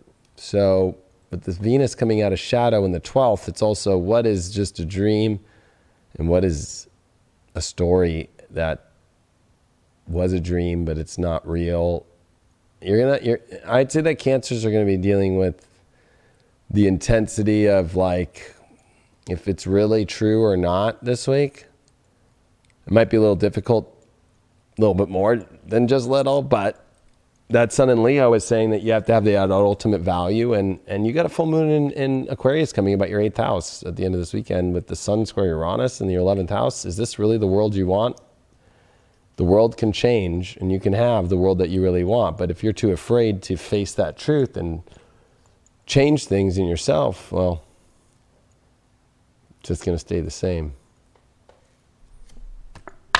The Hermit reversed. So you're not applying the wisdom that you see. It's almost like you're denying that. It's almost like you already know a lot of the information, but you almost don't want to come out with it, or you don't want to bring it out. So it's almost like you know a bunch of things. You've researched, you've seen it all, but it's almost like it's too intense information. But it's like, hey, if it was like a crazy time like we're in now, and you had the explanation and you had the antidote to fix everything in the world right now, like, why wouldn't you bring it out? It's almost like, oh, but it's going to change things. It's also going to pull you off of this path where it's kind of been safe. The Hermit's kind of safe, right? When it's reversed, it's saying like, it's not time to play it safe. It's time to play the real safety, which is like bringing out the knowledge, not holding it in. Your shadow that you got is, to be or not to be, right?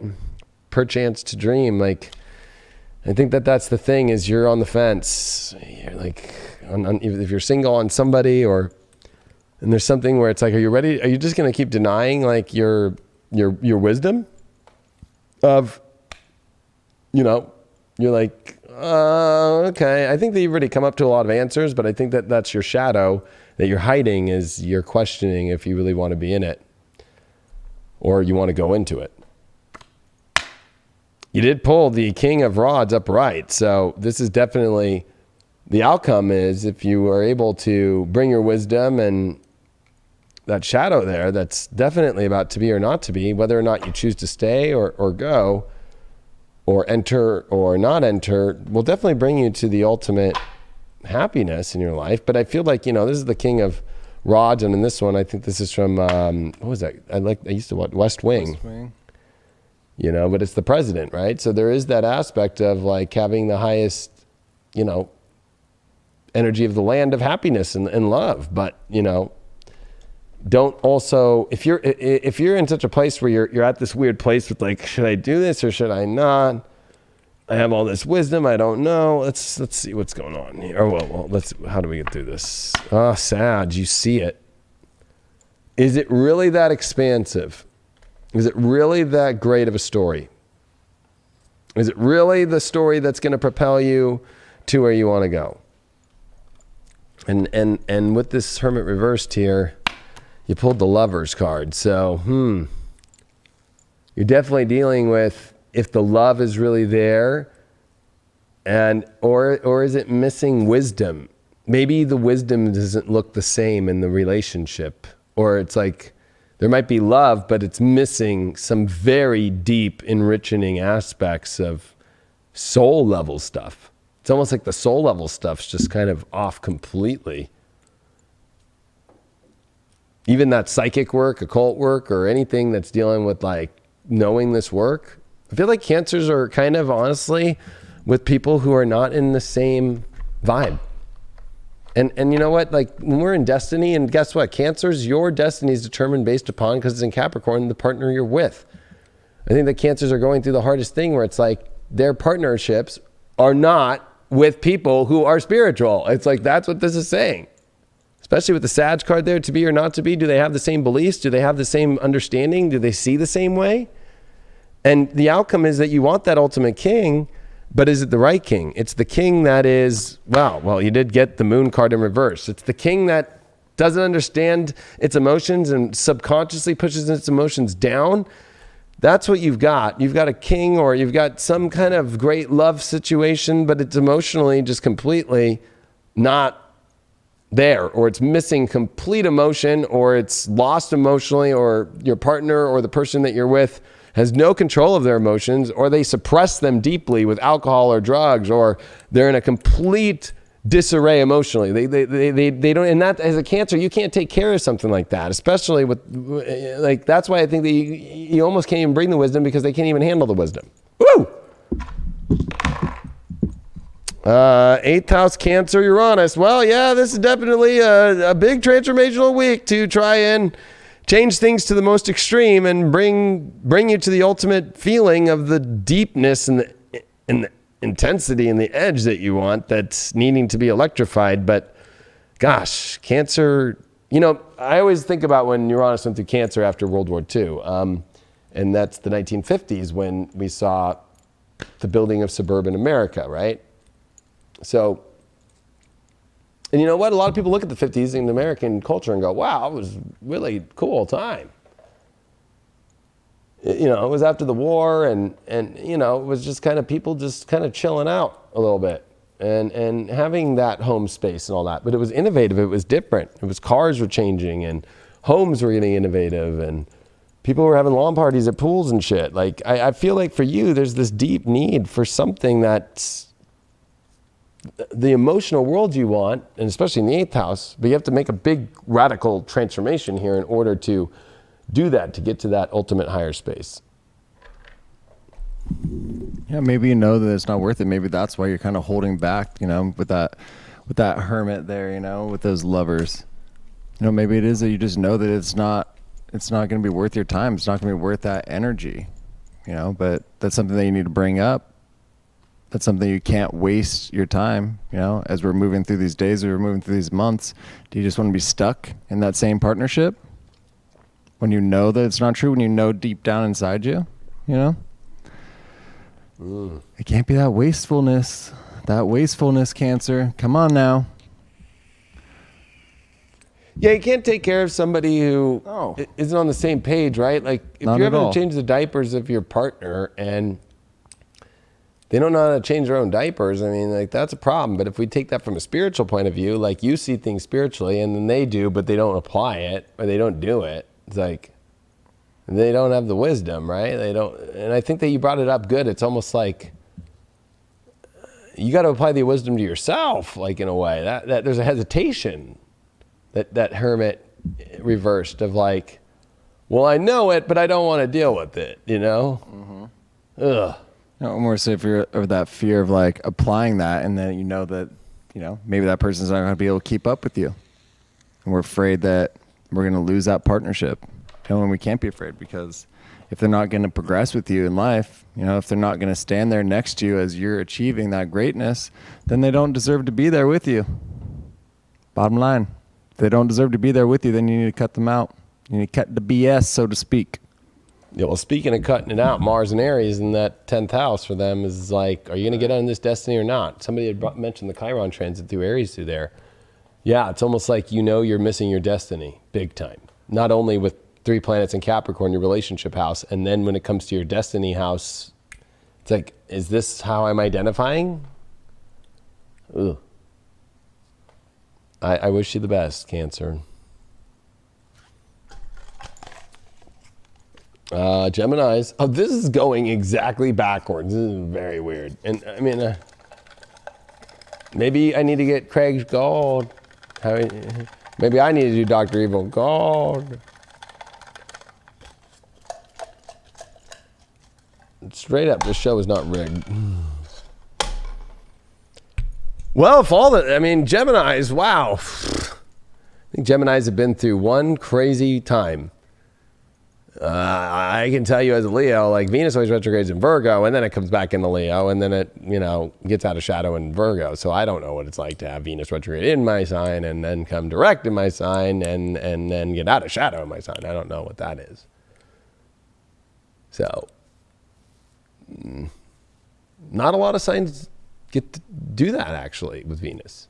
Capricorn does, actually.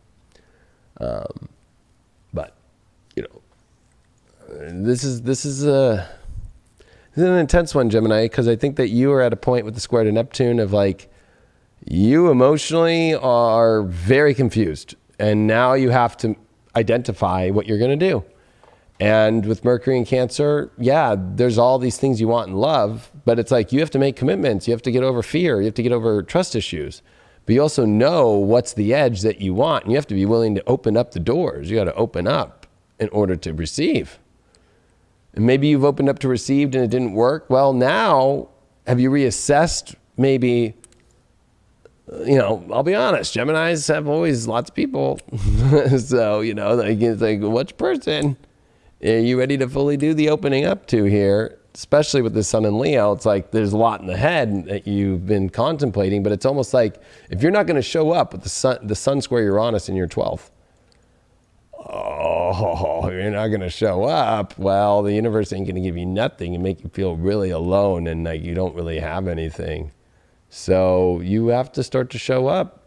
You have to communicate too, very intensely, and especially with Mercury in your second, about what you want, and you have to face your trust issues big time. You pulled the full reverse. So I think that you feel like a complete dumbass about what you've been doing with your whole relationship life right now. Like, you just have been stupid. You played your hand really dumb. And this could be over the last 8 years too. Okay? You played a lot of dumb hands here. But we're getting you out of that. But it's about learning that and accepting it, and what are you going to do with it? The shadow of that is, the envious gluttony. It's like, I think you're a little obsessed with like the envy of what other people have about what you could have, or what you lost, or what you didn't play your hand right. So it's almost like, I think that this just means that you just feel really dumb. Like, gosh, why did I do this? How did I do this to myself? How did I do this to myself? How am I here? And then there's that look at like, I don't know, you could be fascinated about looking at what other people are doing, or even like what the person you're into or whatever is into, or all these kind of weird things. You did pull the Ten of Swords reversed. So as your overall, I think that these patterns are coming to an end for you, especially about feeling dumb, and especially about feeling like you've been this ultimate fool. But I think that a lot of that has to deal with, well, let's see. Mercury, your mind. I think that you've played way too many head games. I think that you're in your head way too much, which is a typical Gemini thing. I mean, love is not in the mind too much, right? We use our mind to communicate our love. The heart's first, though. That's why the sun's in Leo in your third. Like, speak from your heart. Speak from your truth. Don't think with your head and deny your heart of where your heart wants to go because you think you're stupid or you're foolish. I think that that's actually been the issue, is that you have been foolish about situations that are not love, and playing this by the, like, what's the best thing to do? Like playing love like a game, like in the head, instead of playing love of what you really feel. And with this Fool card in reverse, you got that ritual. So you know what? You're creating a life right now that is the Fool of all time. By trying to play this ritual that is not the ritual that actually will bring you love. It's almost like, you know what? You're playing this like a game. Oh, you know what? I'm doing the right thing. I'm working on myself. I'm doing my ceremony. I'm doing this. I'm doing this new moon. You're not realizing it's simple. It's not some crazy ritualistic situation here. Your ritual is actually creating the problem. This is not some magic love ritual thing. This is not about what you're doing at all. It's almost, but you've created this negative ritual that's continuingly to leave you with not what you really want to feel. So that's the same, and that's why you got that Ten of Swords. You just keep doing the same pattern over and over again, and you're expecting a different result here. That's so dumb, and you've created that as a ritual, and you've actually turned something stupid into a ritual that you think is divine, but it's not. Like escaping, or going, oh, I'm going to go on a hike, or I'm going to go do this, I'm going to go do that, I'm going to go this. It's like, you know what? And you've created these little things that don't bring you nothing. They don't change shit. So like, you just need to like get over the whole, I need to be doing this in my life. No. You need to get straight to the, because the Fool reverse too is like drunk off playing with the dog, like, but about to fall, is always falling off the cliff. And that's your ritual, is you're like kind of avoiding the beauty of life, that it's not some ritual. You're just a beautiful soul here to experience life and what you feel, and not what you think only, and not only what looks like it's got to fit in this kind of weird way. Like, you're missing out on a lot. And you pulled that Ace of Swords reversed. Wow, look at this. I mean, I feel that this week's going to show you that, you know, you feel really stupid, and you can pull out of that by that you're actually in a place to where it is not clear at all, because of the fact that you think you're clear, but you're not clear, because you're putting your mind, and there's so many mind things here. It's insane. Especially underneath that envious gluttony. It's like you want to maybe even win in a weird way with some partners, or with a partnership, or it's like you want to like outsmart it, or you want to figure it out, and you're just pushing everybody away in many ways. I'm going to be honest with you here. And you're pushing away a lot of beautiful things. And there's no way that you can get to understand the clarity that you need to bring you to the place that you want to go if you just continually keep doing the same thing, and you continually keep doing the pattern of, you know, stabbing yourself or stabbing somebody else constantly with things in your head, and can't let anything go. This is like you've created a ritual that you don't know how to let go of. You did pull Venus in the 8th and Scorpio. Oh my God. Yeah, this is, you are empty. And you have so many needs and wants, and you have blocked it completely.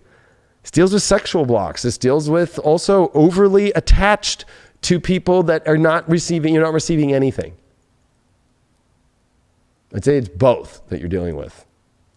This is an extremely detrimental Venus.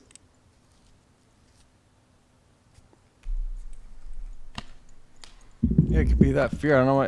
I feel like there's a lot of signs right now that are dealing with like the fear of change, or like they're dealing with the fear of accepting who they actually are, and they're kind of putting up this facade and been painting this picture, and it's not truthful. And now they're kind of stuck in this, in this robotic world of having to go through the motions and continue to live this life, continue to live this lie, because they projected it out into the world as to who they were, and it wasn't truthful, and it's almost that fear of actually addressing it now and having to make those changes. So you just continue to stumble around, like you said, the drunkenness, almost ready to fall off the cliff with that Fool card. That's real life there. Tripping over yourself, tripping over the lies, tripping over the deceitfulness of this picture that you painted, when you just have to address it and be you. You have to really be you. Get back to that root source of who you actually are and become that again. Start molding your life around that and who you actually are, not this picture of what you think individuals want you to be. Yeah, that's the best way to put it. And I think it's more than even just the people that you love or that you like. It's like the whole world, too. Because it replicates from the 5th to the 11th. It replicates from, if it's about love, then it also replicates to the world in that way, right? So, the foolishness is also the whole idea that you've ritualistically found some sort of way to live your life, but it's not factually true. That your mind is off and that you're overthinking it and that you are trying to figure out something instead of be something. Be yourself is all, you know what I mean? A little audio slave there. Gotta exist in that truth. All right.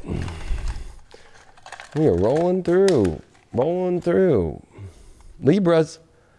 The Libras are all stoked now. Woo!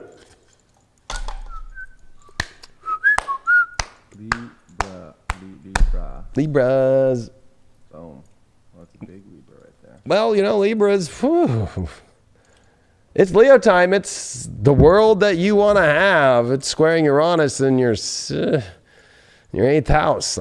You want the world that you want? Well, you better commit to it, and you better also throw out what you don't want and step fully crazily into what you do want. So there's a lot of passion and edge here, Libra, but it also feels like you're on a cliff.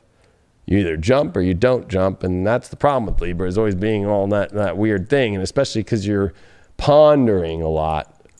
Well, how much more are you going to ponder with that Venus coming out of shadow? You've been pondering things for a long time. Now it's time to execute. You're kind of in between things. You might think that you are fully solid about something, but the truth is that you haven't fully been solid about it. And I know that's your deep secret, is you're kind of oh no, I'm solid. I know what I'm doing. No, you don't. And that's the problem, is that you need to be more solid about what you really want. And because Mars is in your opposite sign and it's now in shadow. And so it's am I really going to go down this path? Or am I really going to go finally down the path I really want? And I think that a lot of Libras feel trapped.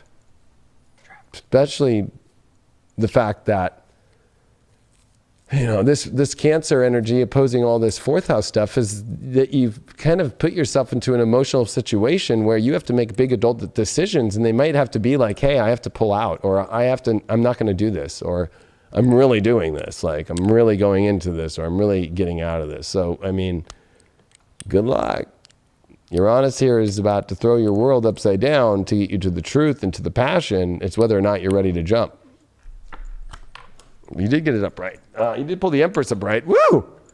Yeah. It better be the best of the best of the best of the most beautiful, the most loving, the most benefic energy, and to build the most beautiful life of all time.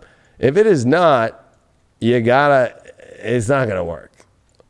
So if you don't see yourself being able to manifest and being able to hold, especially it's the 3 card. There's that whole 3 element, right? About expansion and about opening. There's this benefic energy about this.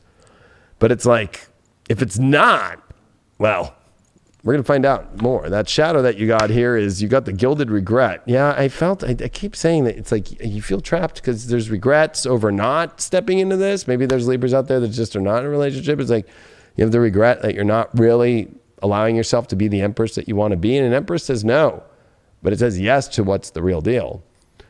But I think that there's a lot of regret that you're dealing with. Maybe you feel trapped. Like, I'm kind of in this thing still. I feel like little Libras are half in or half out.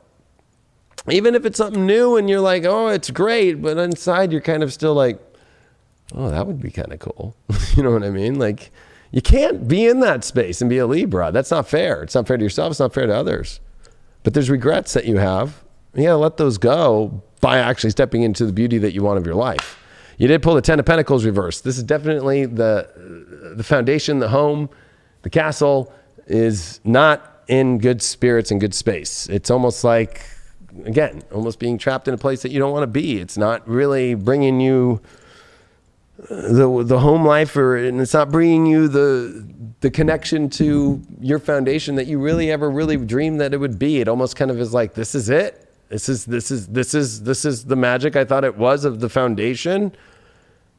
Like it's almost like you've reached the level that you've wanted to in your life, and it's not really looking the way that you want it to be, or it did reach it, and you're still holding on to it, even though it's not bringing you the magic anymore. And you get through that by your Saturn return. You got to grow up and get out of the regrets. You got to grow up and step into that Saturn return. You got to be Saturn. You got to be like, hey, I'm an adult. This is about adult aspects and a fear of being honest about your regrets. Like, hey, I'm sorry, I regret. Libras are the queens and kings of, I know I told you I really wanted to do this, but I really don't. You know what I mean? Like, I really don't. And that's okay. There's nothing wrong with that. But Libras have the hardest time with that. You wait till the last second, until the worst situation. Did you ever see The Wedding Singer? Yeah. Or even Wedding Crashers? I mean, it's a lot like more of the Wedding Crashers story with the girl that Owen Wilson wanted, and then she was like, no, I'm going to stay with Bradley Cooper. And finally, at the very end, she's like, okay, I'm going with Owen Wilson. You know what I mean? Like, that is Libra right now.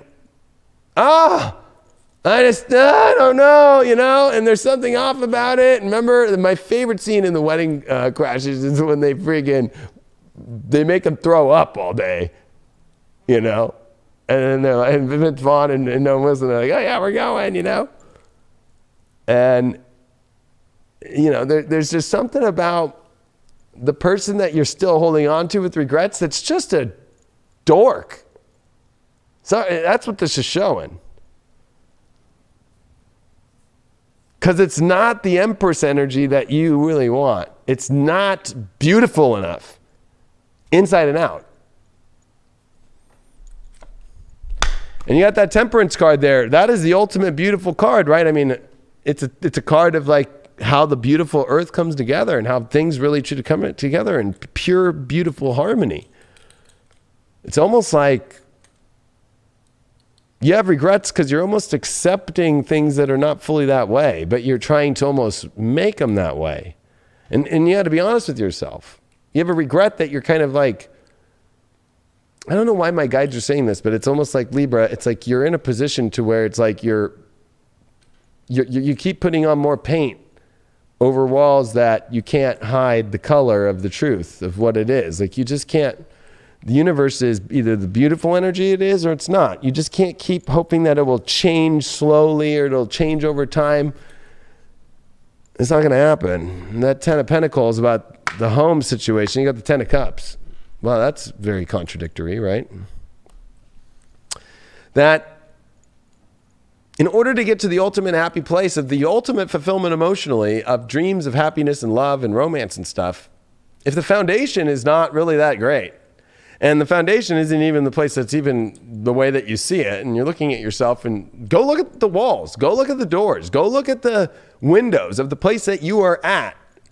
If you're in a relationship, most Libras are always in a relationship, even when they're single.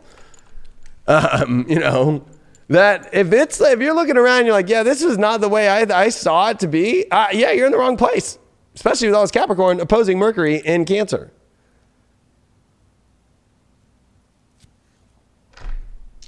Because that place will not build you the ultimate. And I love this card because it's almost showing that there is light that's going to take you to the ultimate place in a very Libran way. But not an upside down house, which, what did they use for this? They used it at Buckingham Palace. The Queen. Yeah. Old Buckingham. Yeah, it's not a palace. And without being at a true palace, you're not going to get where you need to go for the ultimate love. And you dropped or I dropped, but Darn it, Libras. that's not a good sign. Just jamming us up. Jamming us up. Wow.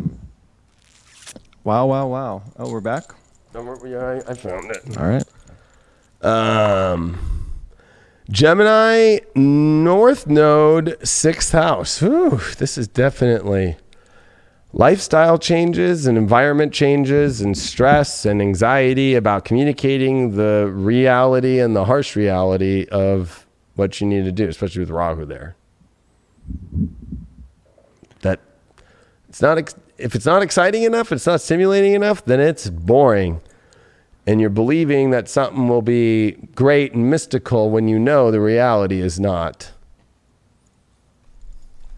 It's almost like maybe those Libras out there need a little reset, a little refresher. Why Them don't you get give back. them some Scorpio resetting while I pee? Yeah, well, I'm saying, you need to get back in touch with yourself, get back into that feminine energy, that queen, ruling with love, ruling with compassion, but actually being there and being precise, your thoughts being precise, your actions are precise. But at the same time, you have to, we can all do this, kind of slow down just a bit, go out and, pick some flowers, go smell some flowers. Find the sense of the world, interact again.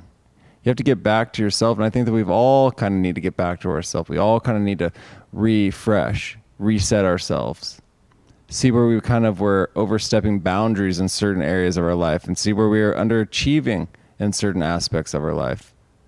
We have to be honest. We have to be truthful with ourselves. We can't continue to lie and just say, oh, no, I'll fix this at a later date. That date is now. The time is now that we need to better ourselves. The time is now that we have to put forth the energy into fixing those issues that we know are there, that we know that we've been dealing with and that we haven't been dealing with. And that's the issue. But at least if it's present, at least if you address it, at least if you start to work on it and focus on it. And if you need help, then you need help with it. If you need help from your partner, if there's certain issues that you just can't work through, that you can't deal with, ask for help. There's nothing wrong with asking for help in this life. And I think that it kind of gets that stigma towards it of having to deal with it, having to deal with these mental strengths, having to deal with these physical ailments all by ourselves. And it can be draining. It can be taxing. That's not going to support a healthy lifestyle. It's not going to sustain a healthy relationship either. If we feel like we're drowning constantly, if we feel like we can't keep our head above the water, there's a lifeline there. There's individuals that are out there. There's people that love you. There's people that you love as well that are going to show up for you and that maybe you need to show up for them. Maybe you're the lifesaver in someone's life. Maybe you're the one that's going to be there and pick that individual up so that they can see the light. But the light is there and you can never forget that. Don't let those individuals around you either forget that. Especially in times like this where we might be stagnant or we might be stuck in one place and we're not living life the way that we want to. We're not living the life that we're accustomed to living. We have to adapt. There's a great line in the Moneyball movie where it says adapt or die, when they're talking about implementing the new system in baseball. But yeah, it's things like that, adapt or die. We have to change. We have to figure out this new life. We have to figure out how we can find this happiness and how we can cultivate that happiness within inside of ourselves before we just kind of waste away. There's a lot of people out there right now in not the best spots, and it's understandable. It's messed up times right now. There's a very confusing times that we're going through right now, and they're putting pressure and stress on relationships that might not be there. But through that, there also can be beautiful relationships through the acknowledgement of that. Yeah, we are going through these weird times, and yeah, I'm a little weird. Yeah, maybe you're a little bit weird also. Let's be weird together. How about that? Where's your will to be weird, huh? Where's your will to embrace the change, to embrace someone else and let them show up into your life? Have you been closing yourself off because maybe you think that you're not worthy or because you've been hurt or you don't want to hurt somebody? You don't trust yourself? We kind of close ourselves off in these certain situations. It could be anything. We can close ourselves off for situations because, again, we feel like we're not good enough or that we feel like we're going to hurt an individual or that we don't fully even know ourselves yet. You know, we need to take these times to get to know ourselves. I was talking about before, you know, even with the painting series that we do here, you know, it's those little things that you can find that happiness, that you can kind of get yourself out of that funk. It's there, you know. And if you believe, you know, that you're capable of making those changes, you know, you're going to let that love, you're going to start to appreciate, again, you know, the scent of a flower, the scent of your lover, the scent of some delicious food. It's all there. It's going to make you happy once you actually let it into your life and you don't stop, you know. You've got to pull down those blocks. You got to pull down the walls and actually embrace the change that's showing up for you every single day. Boom. And that was your installment of Craig's Corner. You know, that's the whole thing. Scorpio, Libra have a weird relationship, and I feel that Scorpios can help Libras the most when it comes to that truth. So can Leos, you know, but like Libras almost feel like, you know, to Leos, it's like, oh, that's the king, I'm the diplomat, you know what I mean? But like Scorpio's kind of like, I'm the military and the guard, like we work together, you know what I mean?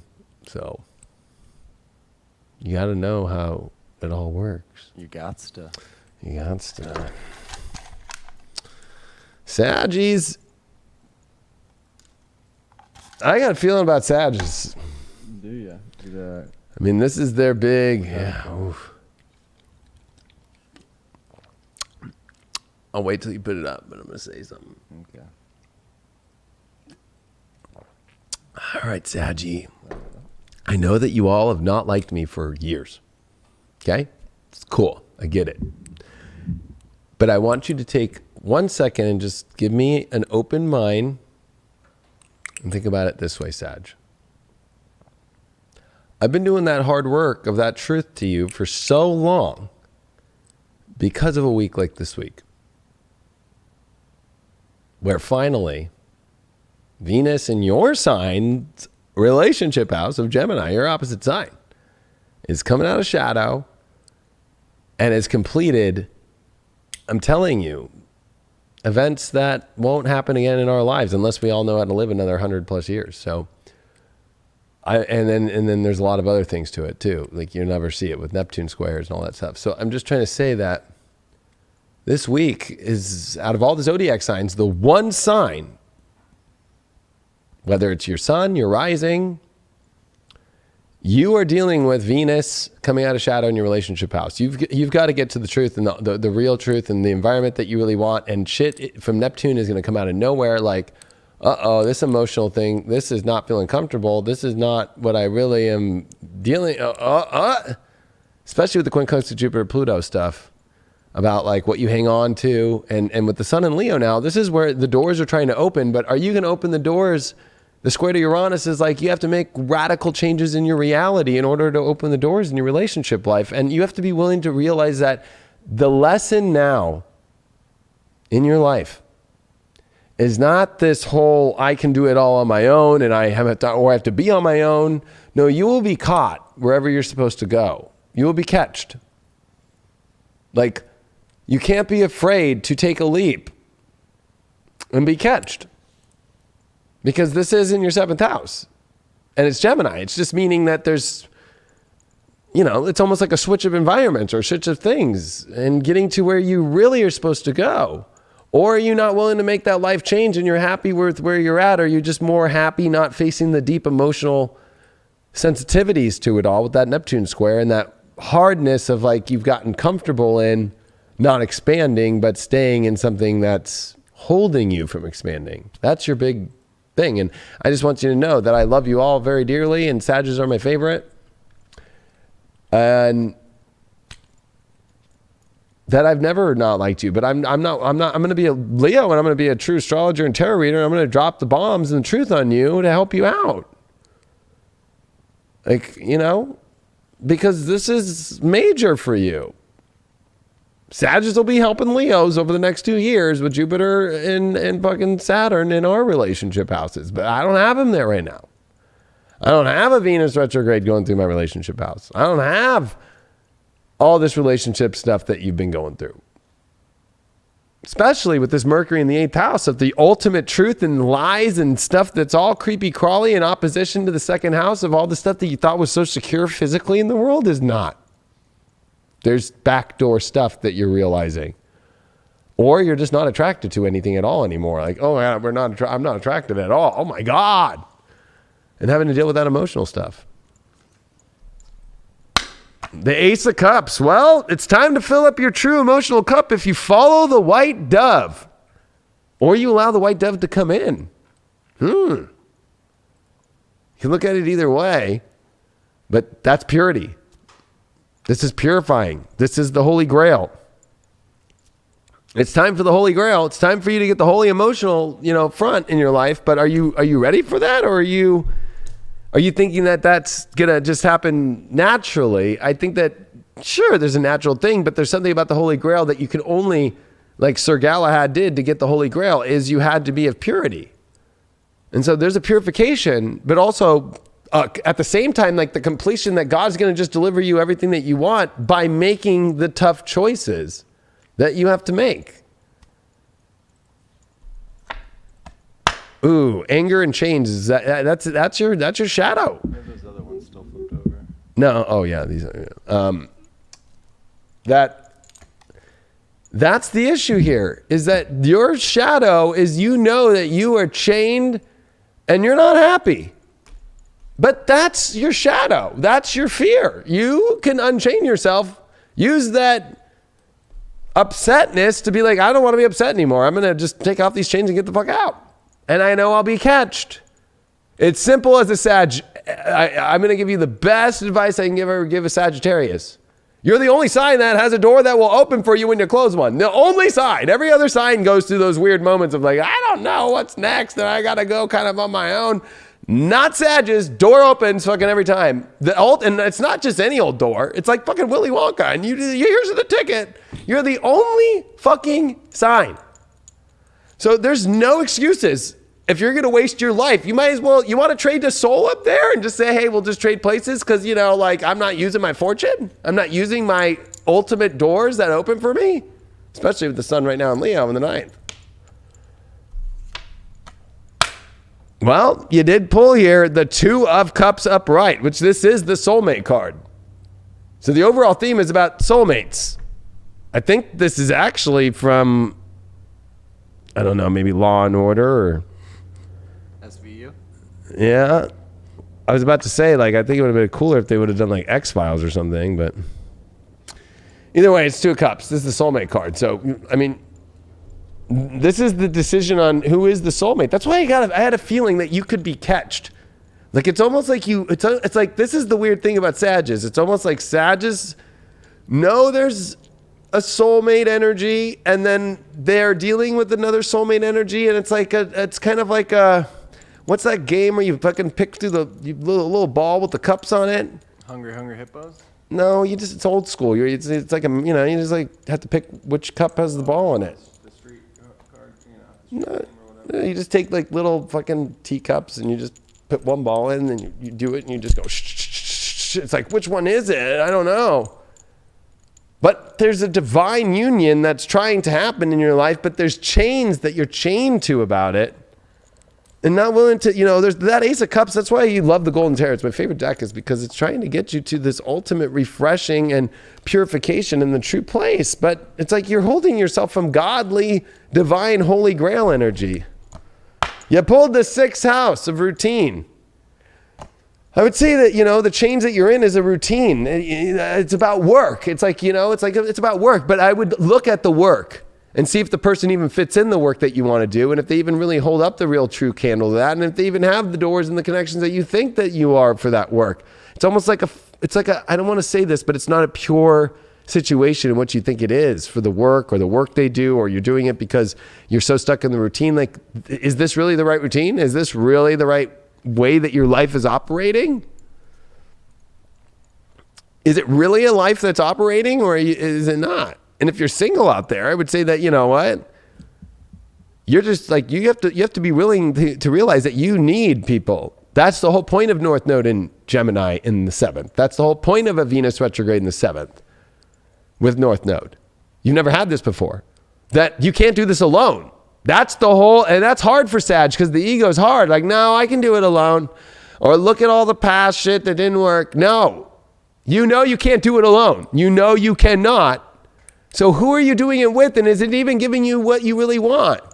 Even if it's just somebody that you're just screwing on the side, or even if it's just somebody that you're in a relationship with, but you don't really feel like it, and you're like old grandpa and have the two beds apart, or you just always turn your side, you don't even look at the person.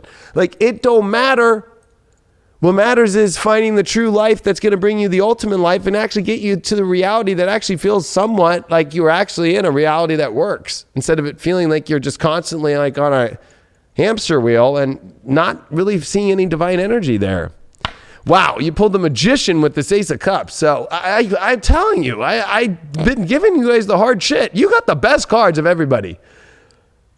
Like, you are the magician of whether or not you are going to trust in your magic power, in yourself, the divine, and the person that you are, and step into the ultimate light of your true emotional cup that needs to be filled. That's where the magic is when your emotional cup is fully filled and where you got to go. You can't keep holding this, oh, I'm not, I can't be emotionally filled because of this, and I got to hold on. There's all this holding on. What? You're not being a magician at all. And you feel guilty to actually feel what you really want to feel. You're like, no. Well, you're going to miss out on everything you've ever wanted in your life by just staying in these really weird situations. Weird. Anybody that would like meet you with the other person would be like, what? And the weird thing about Sag is go look at your social. Are you posting pics with them? Are you posting that you're having the best time with them in your life? Sages aren't doing that shit. All the Sages I know are not doing that shit. Every single one. Why is that? That's a sign for Libras, Leos, Sagittarius. Those are the three signs that are like, I want to show this motherfucker off. But when you're not in it, nope. And you want to hide it? Wow, you get the Ace of Pentacles with the fucking Two of Cups. I don't know how much anybody can get a better reading in this whole entire show, or even just ever. You will have the ultimate life when you actually choose. It's so funny that there's, of course, even two police guards behind here.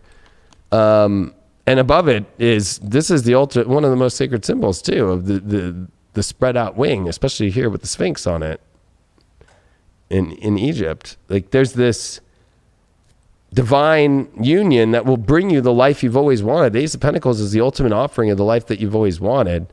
Of course, this deck's a little bit dark. It kind of shows her getting her blood, but it's that same thing. It's like there's this ultimate life that's just sitting there waiting for you. Just all you gotta do is just fucking make the go do it. But man, leaving whatever you're doing. Are you addicted to something toxic? Just like Britney? Free Britney, right? Yeah, hashtag free Britney. Right? So if it's free Britney, you need to look at yourself right now. Free yourself. Because you're sad. She's sad. Don't try and fucking say, oh, she's different. You're going through the same shit. You know it. Especially, I'm going to be honest. I know chicks who have told me her boyfriend texts them shit, okay? Like, her boyfriend's a fraud. So just let you know, I know chicks. I have seen the text messages. That fool is out doing whatever the fuck he wants. It's all show for whatever all that shit is. And, that's the whole thing is like, do you even know what you're fucking in? Now, when it comes to your dice, you did get North Node and Gemini in the 6th house. So, I mean, this is definitely... It's weird because I just re-rolled it. I think that's exactly what we just got for the last reading. Whoever it was last, I think it was Libra, right? Yeah, Libra. So yeah, it's about letting go of these beliefs that are not going anywhere. And for you, it's even more important because North Node Gemini is happening, and that's your relationship house, and it's happening now.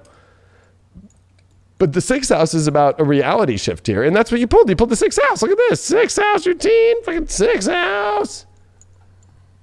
Like, your life can expand by actually making the small changes to the truth of the reality. This is it. This is it, Sag.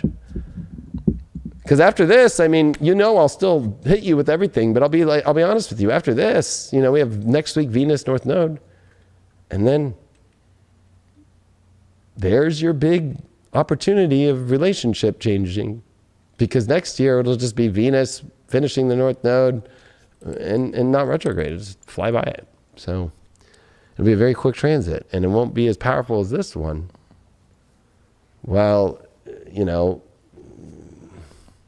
you can either see the benefits of this now on this new exciting path of the truth, and by next year, see the environment change and all the things you've ever wanted in your environment change, or you could wait till next year where it's going to be chaotic and you're going to have to fucking do some crazy shit. Yeah, because you are the magician. You do hold the power in your life. It's almost like you need to tap back into that frequency that you should be vibrating on.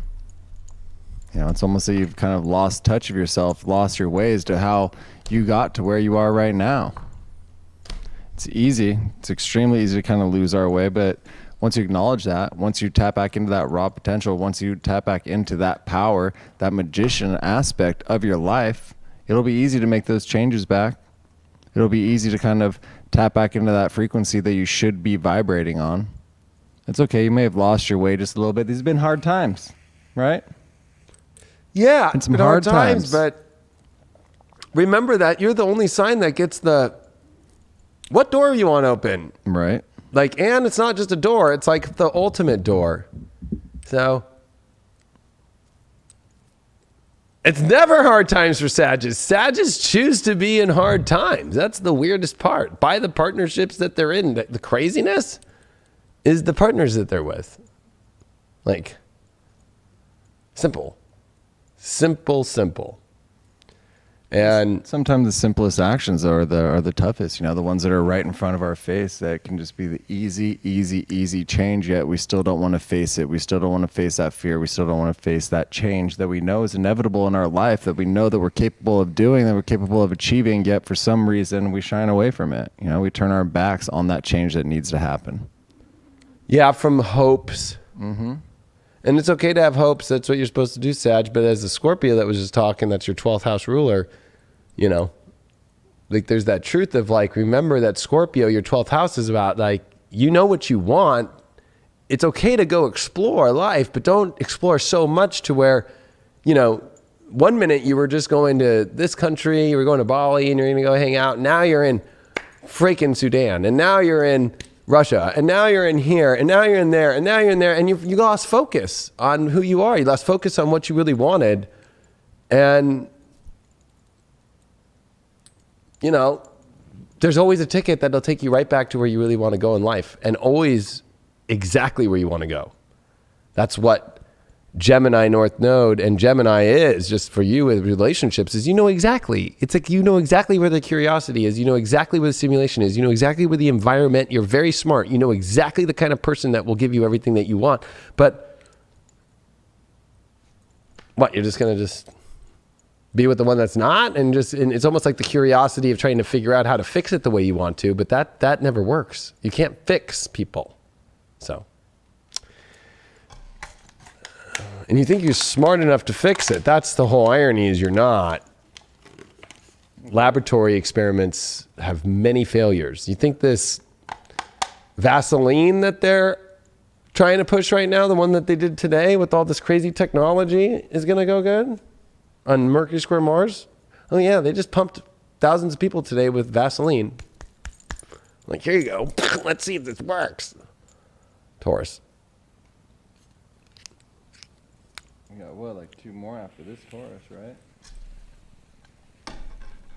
We're on the last 3. Yep. Dwindling down, and we've got 1.5 thousand people in here. Thank you all for being in here. Alrighty. And thank you for all the donations that people have been throwing. Oh, I haven't seen them pop up on the sides. Yeah, I'm sorry. I don't really get to see the chat. If you have, thank you. I only look when Craig's throwing cards, or this moment when he's throwing up right here, but I appreciate it. All right, Tauruses. Well, I've been saying Tauruses have this awesome time, but it's almost like Tauruses are kind of playing a little bit saggy, because of course Saturn, Pluto, Jupiter are in the 9th house, which is the Sag house, like open up the door that you want. But with the sun here in the 4th house, it's like now you got to look at your home life, your emotional life, your foundation. Is this really brightening you up? If you're living in a place and it's not right, is the love life going to work? Because if our roots are not in the right place, we're not going to be able to grow the love that we want in our life. And with the square to Uranus this week, it's like you need to go be what you want and have what you want emotionally. You got to take the wild trip towards that place. And with Venus coming direct in your 2nd house, it's time to have what you really want to have and speak it out. It's been going on since April. These things that have been really showing themselves of what you really want. You know what you want, so why don't you do something about it? It's time to do. And if it was things that you don't want too, you know that very well. You have to put yourself first, Taurus. You're stubborn as hell, which is a good thing. But how come you can't be fully stubborn when it comes to everything or family issues or emotions? Like, that's what this is about. You can have it all, but why do you not want to just do it? It's like you want to like settle for okay. Or settle for emotional, comforts, but not the full emotional comfort of all the things that you want in your life. Well, you did pull the Justice reverse. So yeah, I would say that, you know what, you're in a place that's upside down, especially with, it's not in alignment. Things are not in alignment right now because you're too afraid to face the truth. The Justice is the ultimate truth. Justice. So, yeah, you know what I mean? Like, Are you on a white Bronco fucking in a freeway chase right now? No. I only say that because the new Bronco just came out finally. So they were talking about that. And we are about to head into, in the next couple of years here, the exact alignment that OJ was on that Bronco. Kind of crazy. We're almost 30 years from that. Juice. So, I would say that's like... You know where the ultimate truth is, but you almost don't want to do anything about it. I don't know why. It's like you're making arguments. You're making arguments in court about why you should be guilty of something you're not guilty of, or I don't want this even though you want it. You're putting on a mask. That's your shadow. The masquerade, the ball. So it's like the shadow is like trying to put out something that, that everything is the way it is, but it's almost like you're hiding something here. What are you hiding? You're hiding maybe, and I think that that's the thing about relationships is like, what are you hiding? Because actually that doesn't do well. The more honesty that there is, the more truth that there is, the more somebody likes you. It's like when you take off the mask in a relationship is when a fucking real relationship happens. It's like that first fart goes a long way. You know what I mean? Look at the signs from the universe. Like that first truly seeing somebody that's not like, oh, I'm sorry, like I'm in my towel, or oh, I'm in my like shorts, like I'm sorry, like when it's just finally just like, here, this is who I am and we're together and all that, that's when intimacy happens and that's when depth happens and that's what this is about for you. That you're afraid of that. You're afraid of revealing the truth.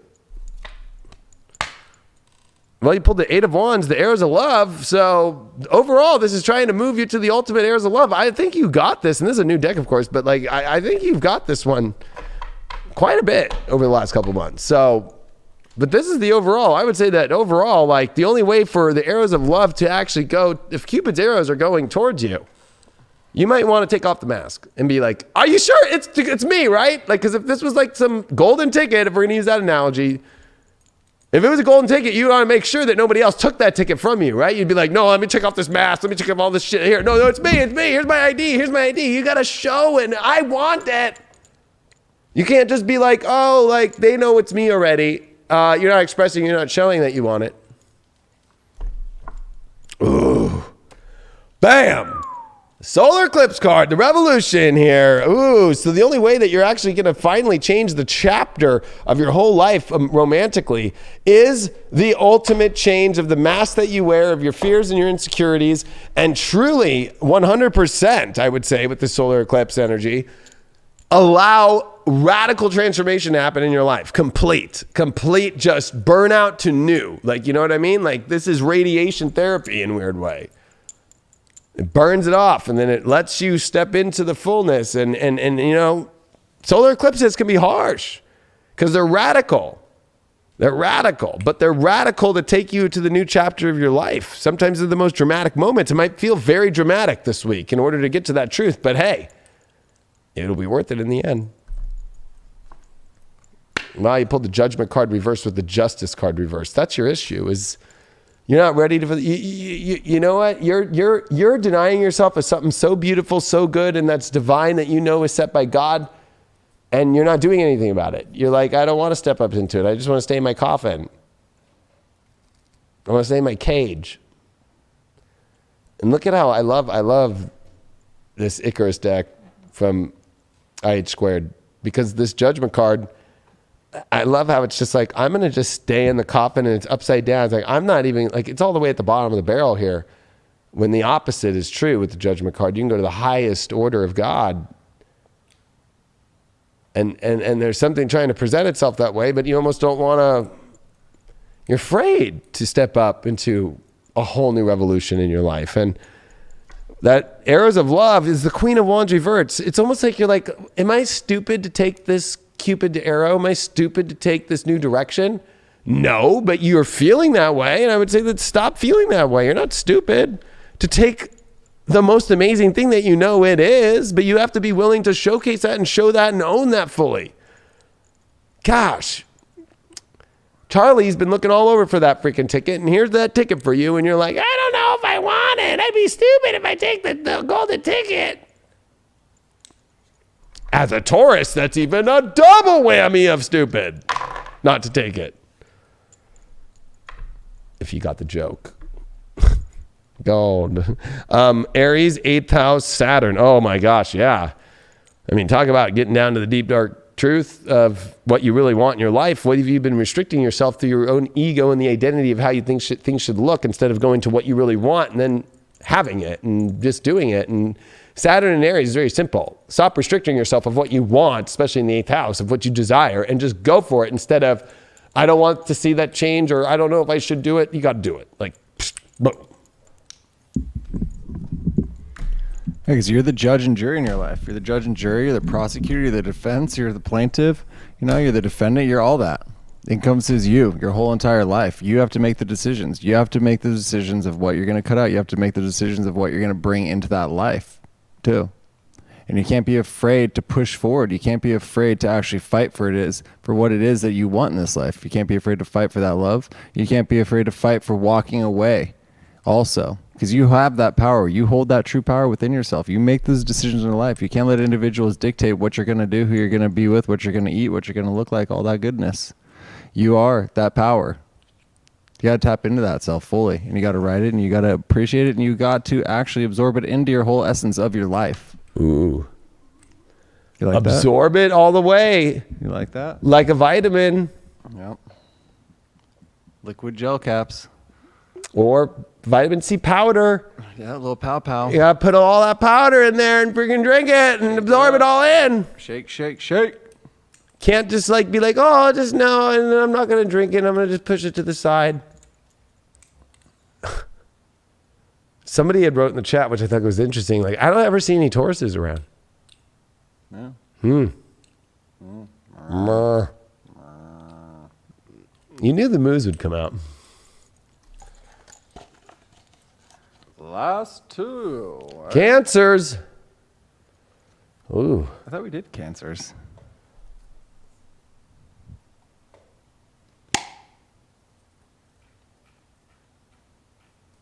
I thought we did cancers too. Yeah, we did Cancer after Leo. We've done Scorpio, Aries, Pisces, Virgo, Leo, Cancer, Gemini, Libra, Sag. We just did Taurus. I think I had pulled Capricorns and we did Cancer instead. That's what happened. All right, so we're doing Capricorns. Yep. Little mystical sea goat. And Aquarians are last. Oh, so crazy. That's the first time that's ever happened on this show. Yeah. All right, Cappies.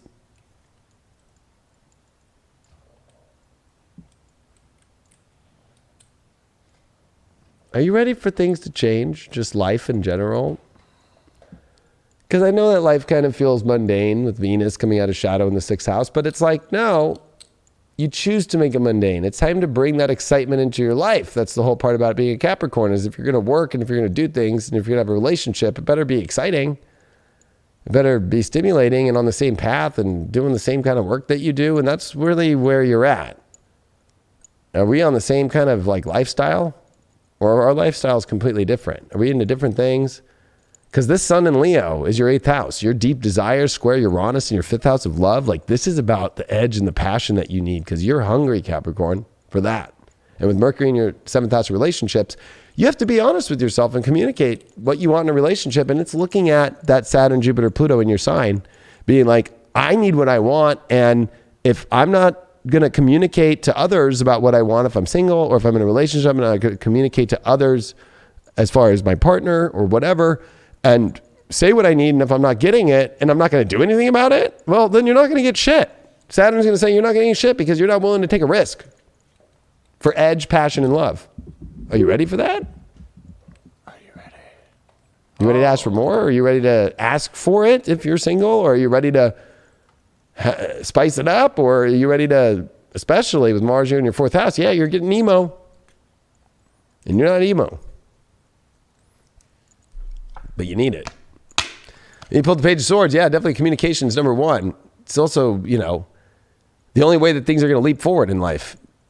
You know, so this is definitely going to be the conversations that, you know, they're positive, but sometimes it can be negative. And it's a Page of Swords. It's neutral. Who knows? But honestly, it's like you need to put out the message. You need to put out the message of what you want. You can't just get the change without saying something here. You did pull alone all in the world. Yeah, singles are feeling really alone, Capricorns and Cap risings, and so is Caps in relationships. There's something about feeling alone that you need to communicate about here. Or if you're really alone, like, and you're single, you know, like say, hey, I don't want to be alone. Like, I kind of like you, or you got to put it out, or, you know, don't use emojis. Like, you got to like say it, old school, Page of Swords, like write it out or say it or voice note it. Gosh, look at this. You pulled the Lovers in this deck. Gosh, Cap, there's some amazing love situation going on here. Or if you're in a relationship, you know, this is trying to figure out that love thing all the way. And why is there that aloneness? Or maybe there's a past going to a different partner here, or, you know what I mean? It's going to get interesting. Wow, the part of fortune? Oh my gosh. Wow. Well, you can increase your life and not feel so alone if you go to wherever you feel the fortune is, and whether you're not ready for the increase of your life, if you're ready to see it, but it's emotional. You know, it's emotional. Also deals with like the physical way you live your life in many ways. Like, are you ready to change that? Or are you just going to stay kind of alone? Even in a relationship. Beware. Ooh. Arr, arr, arr. Arr. You know, I think that you have to beware to not say something. Right? Like, I think that you have to like, that you're at kind of like a place where you are a dog kind of in a corner ready to like bite somebody's head off, especially if you don't say something and you don't let it out.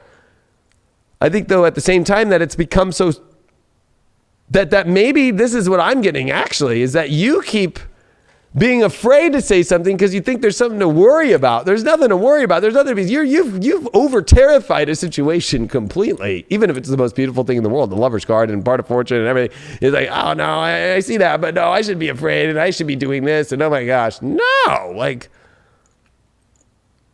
what?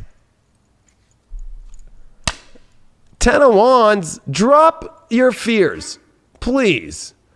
They're wearing you out. They're wearing you out. Especially a certain way to live. This Venus in the 6th house, like, oh no, I don't know if it will fit. You don't know till you put it in. You know what I mean? Into your life. You don't know. Or if you're in a relationship, it's like, maybe you need to wake up. Maybe there's something to be aware of, something that you know needs to be let go of because it's not working. Let's see what this Lover's card.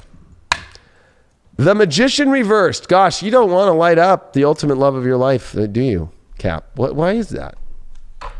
Gosh, it's like the universe is telling you everything that it is, and you don't want to do anything about it. What's up with that? I'll pull you one more card here. Botticelli's been coming through. 9 of Swords, fear. Look at all this. Beware, fear. You know what? If you're afraid to get what you really want in love, and you're afraid to actually say something, and you're afraid to actually do it, and you're going to waste all this fortune this week and not have the lifestyle you want, well, it's going to be a really boring life, and it's going to be stressful. Especially with Mars in the 4th house going to be squaring all that Saturn, Jupiter, Pluto. It'll feel lonely. If you think you're alone now and feel alone in the world, it's going to go even deeper. And it's not going to be like, ooh, this is good for me, I'm going to go do some more hermit life. No. At least she's in this alone in the world. At least she's in a world that she likes. What about being alone and there's not even a nice world there anymore? It's just alone.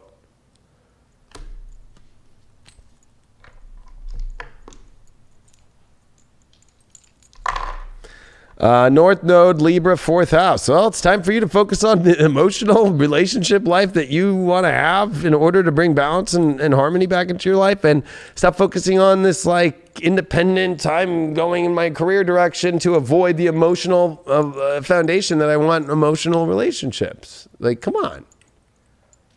You know it'll bring you bliss. You know it'll bring you hope and good things, and it'll bring the harmony you want in your life. But why are you so afraid to just say what you really want to say and do? And honestly, everything from there is destiny as a Capricorn. All you got to do is just get on that mystical sea goat of saying it and doing it. Yeah, because that term right there, beware. Yeah, beware of not being aware. Be aware of this message that you need to get out. Be aware of these changes that you need to implement. Be aware of your strength. You can't be afraid of it. That's where that term comes from. Be aware. Be within yourself. Be cognitive in your thoughts and actually what you're putting out there. You got to tap back into that strength. And what is it that you're not portraying? What is it that you're holding back and limiting yourself from this growth? And why is that? Are you living in that beware phase when really you should be being aware of yourself, of your thoughts, of your love, of the individuals around you? Focus on that. Don't focus on being scared. Don't focus on worrying. Focus on being aware of your thoughts, of your breath, of your being, of these relationships that are surrounding you. Boom. What? Yeah, Aquarius. Aquarius. I watched Grown Ups 2 this weekend. Socially distanced. It wasn't very good. No, Grown Ups 2. Oh.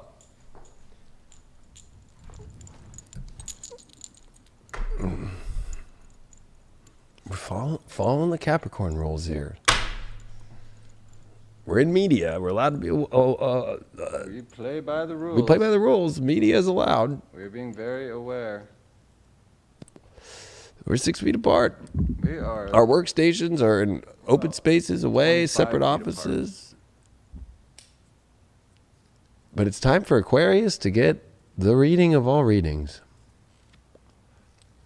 I guess there was a reason why you were last, Aquarius. I'm sure you know if you're an Aquarius or Aquarius rising and you follow astrology, you know that you have the most 12th house ever in your life going on.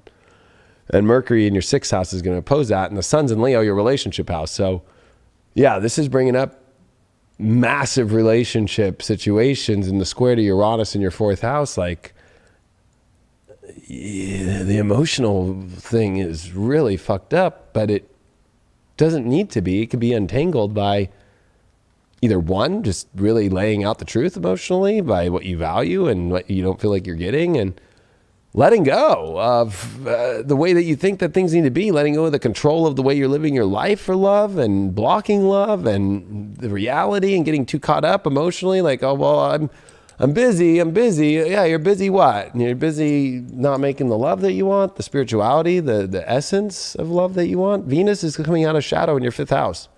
You've done a lot of love work. And I'll be honest, Aquarius has gone through the weirdest love situations since 1996. You're coming home. You're coming home to real love. But are you ready to really go home and actually like piece out of these Airbnbs that were fucking boring and old? It's a good way to put it. You might even need to move. Are you afraid to move? Do you like your aloneness so much? Or are you afraid of being alone if you're in a relationship and you have to move in order to find the real deal? Like, it's going to be a lot for you to figure out. Wow, Ace of Swords, you're going to get to the point this week of exactly understanding the clarity of where you're at with your relationship life. Or if you need to find out, you know, if you're dating or you have interest in someone, or if you're in a partnership and there's been weird communication, weird emotional issues. Oh yeah, we're gonna get right to the fucking point, and we're gonna get there, and we're gonna jam through that, and we're gonna see where it takes it. And you can't be afraid of that either. Look at this. You got the atonement. You're stabbing yourself in the back. Or is somebody stabbing you in the back? Or is it the delusion that somebody stabbed you in the back, but you're stabbing yourself in the back by either one, staying in it, or two, that you're not dealing with it, or three, that, you know, maybe there's a reason why they're doing that and you don't want to accept it.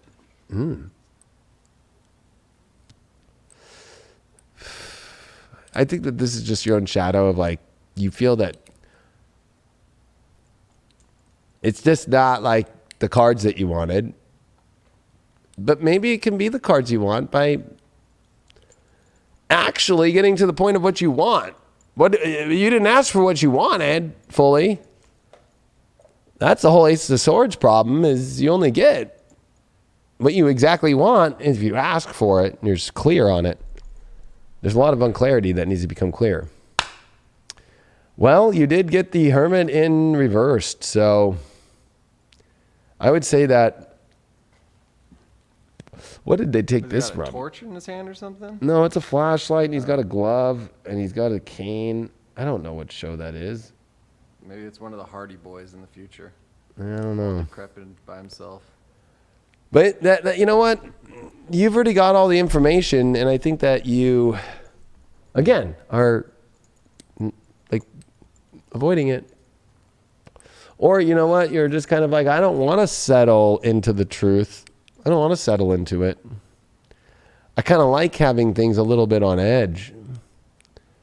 Or I kind of have accepted the wisdom and I don't want to make a change, even though the wisdom's telling me I need to, even though I'm secretly, shadowily, like feeling like I'm not getting what I want at all and I'm out of tune. And it feels out of tune. Look at that, the first house. You have to define what you want. That's what I was even saying earlier. And you have to, your body and everything. So even your physical body, okay? Your look, your weight, too thin, too big, whatever it might be, is going down because of what's going on. So if you're looking at yourself in the mirror going like, what the fuck's going on? Well, you need to look at your love life. You need to look at your love situation. Especially about all these backstabbed energy. It's like being out of tune. If you're out of tune, it's going to sound out of tune. It's going to look out of tune, your body too. You pulled the Emperor reversed. Don't have the guts. You don't have the strength. And it's more than that.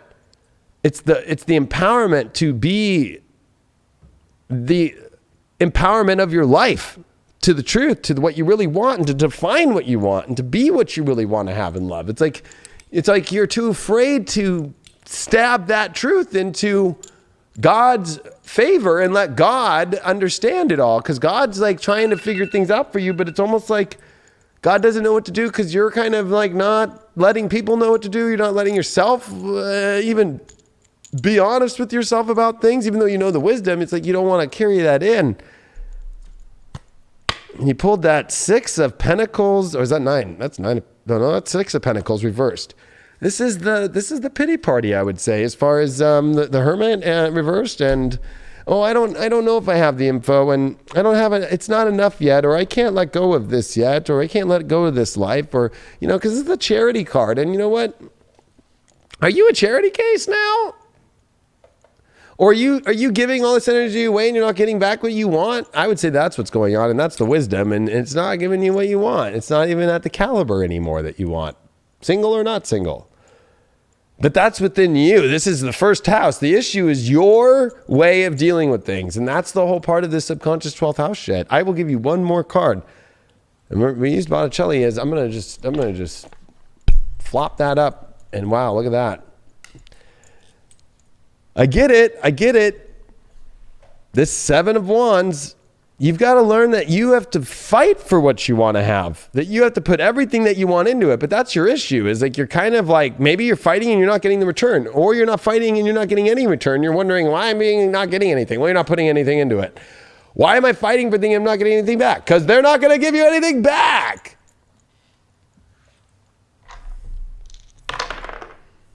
Look at that. I went way off the board. Aries, first house, north node. Holy shit. This is so clear.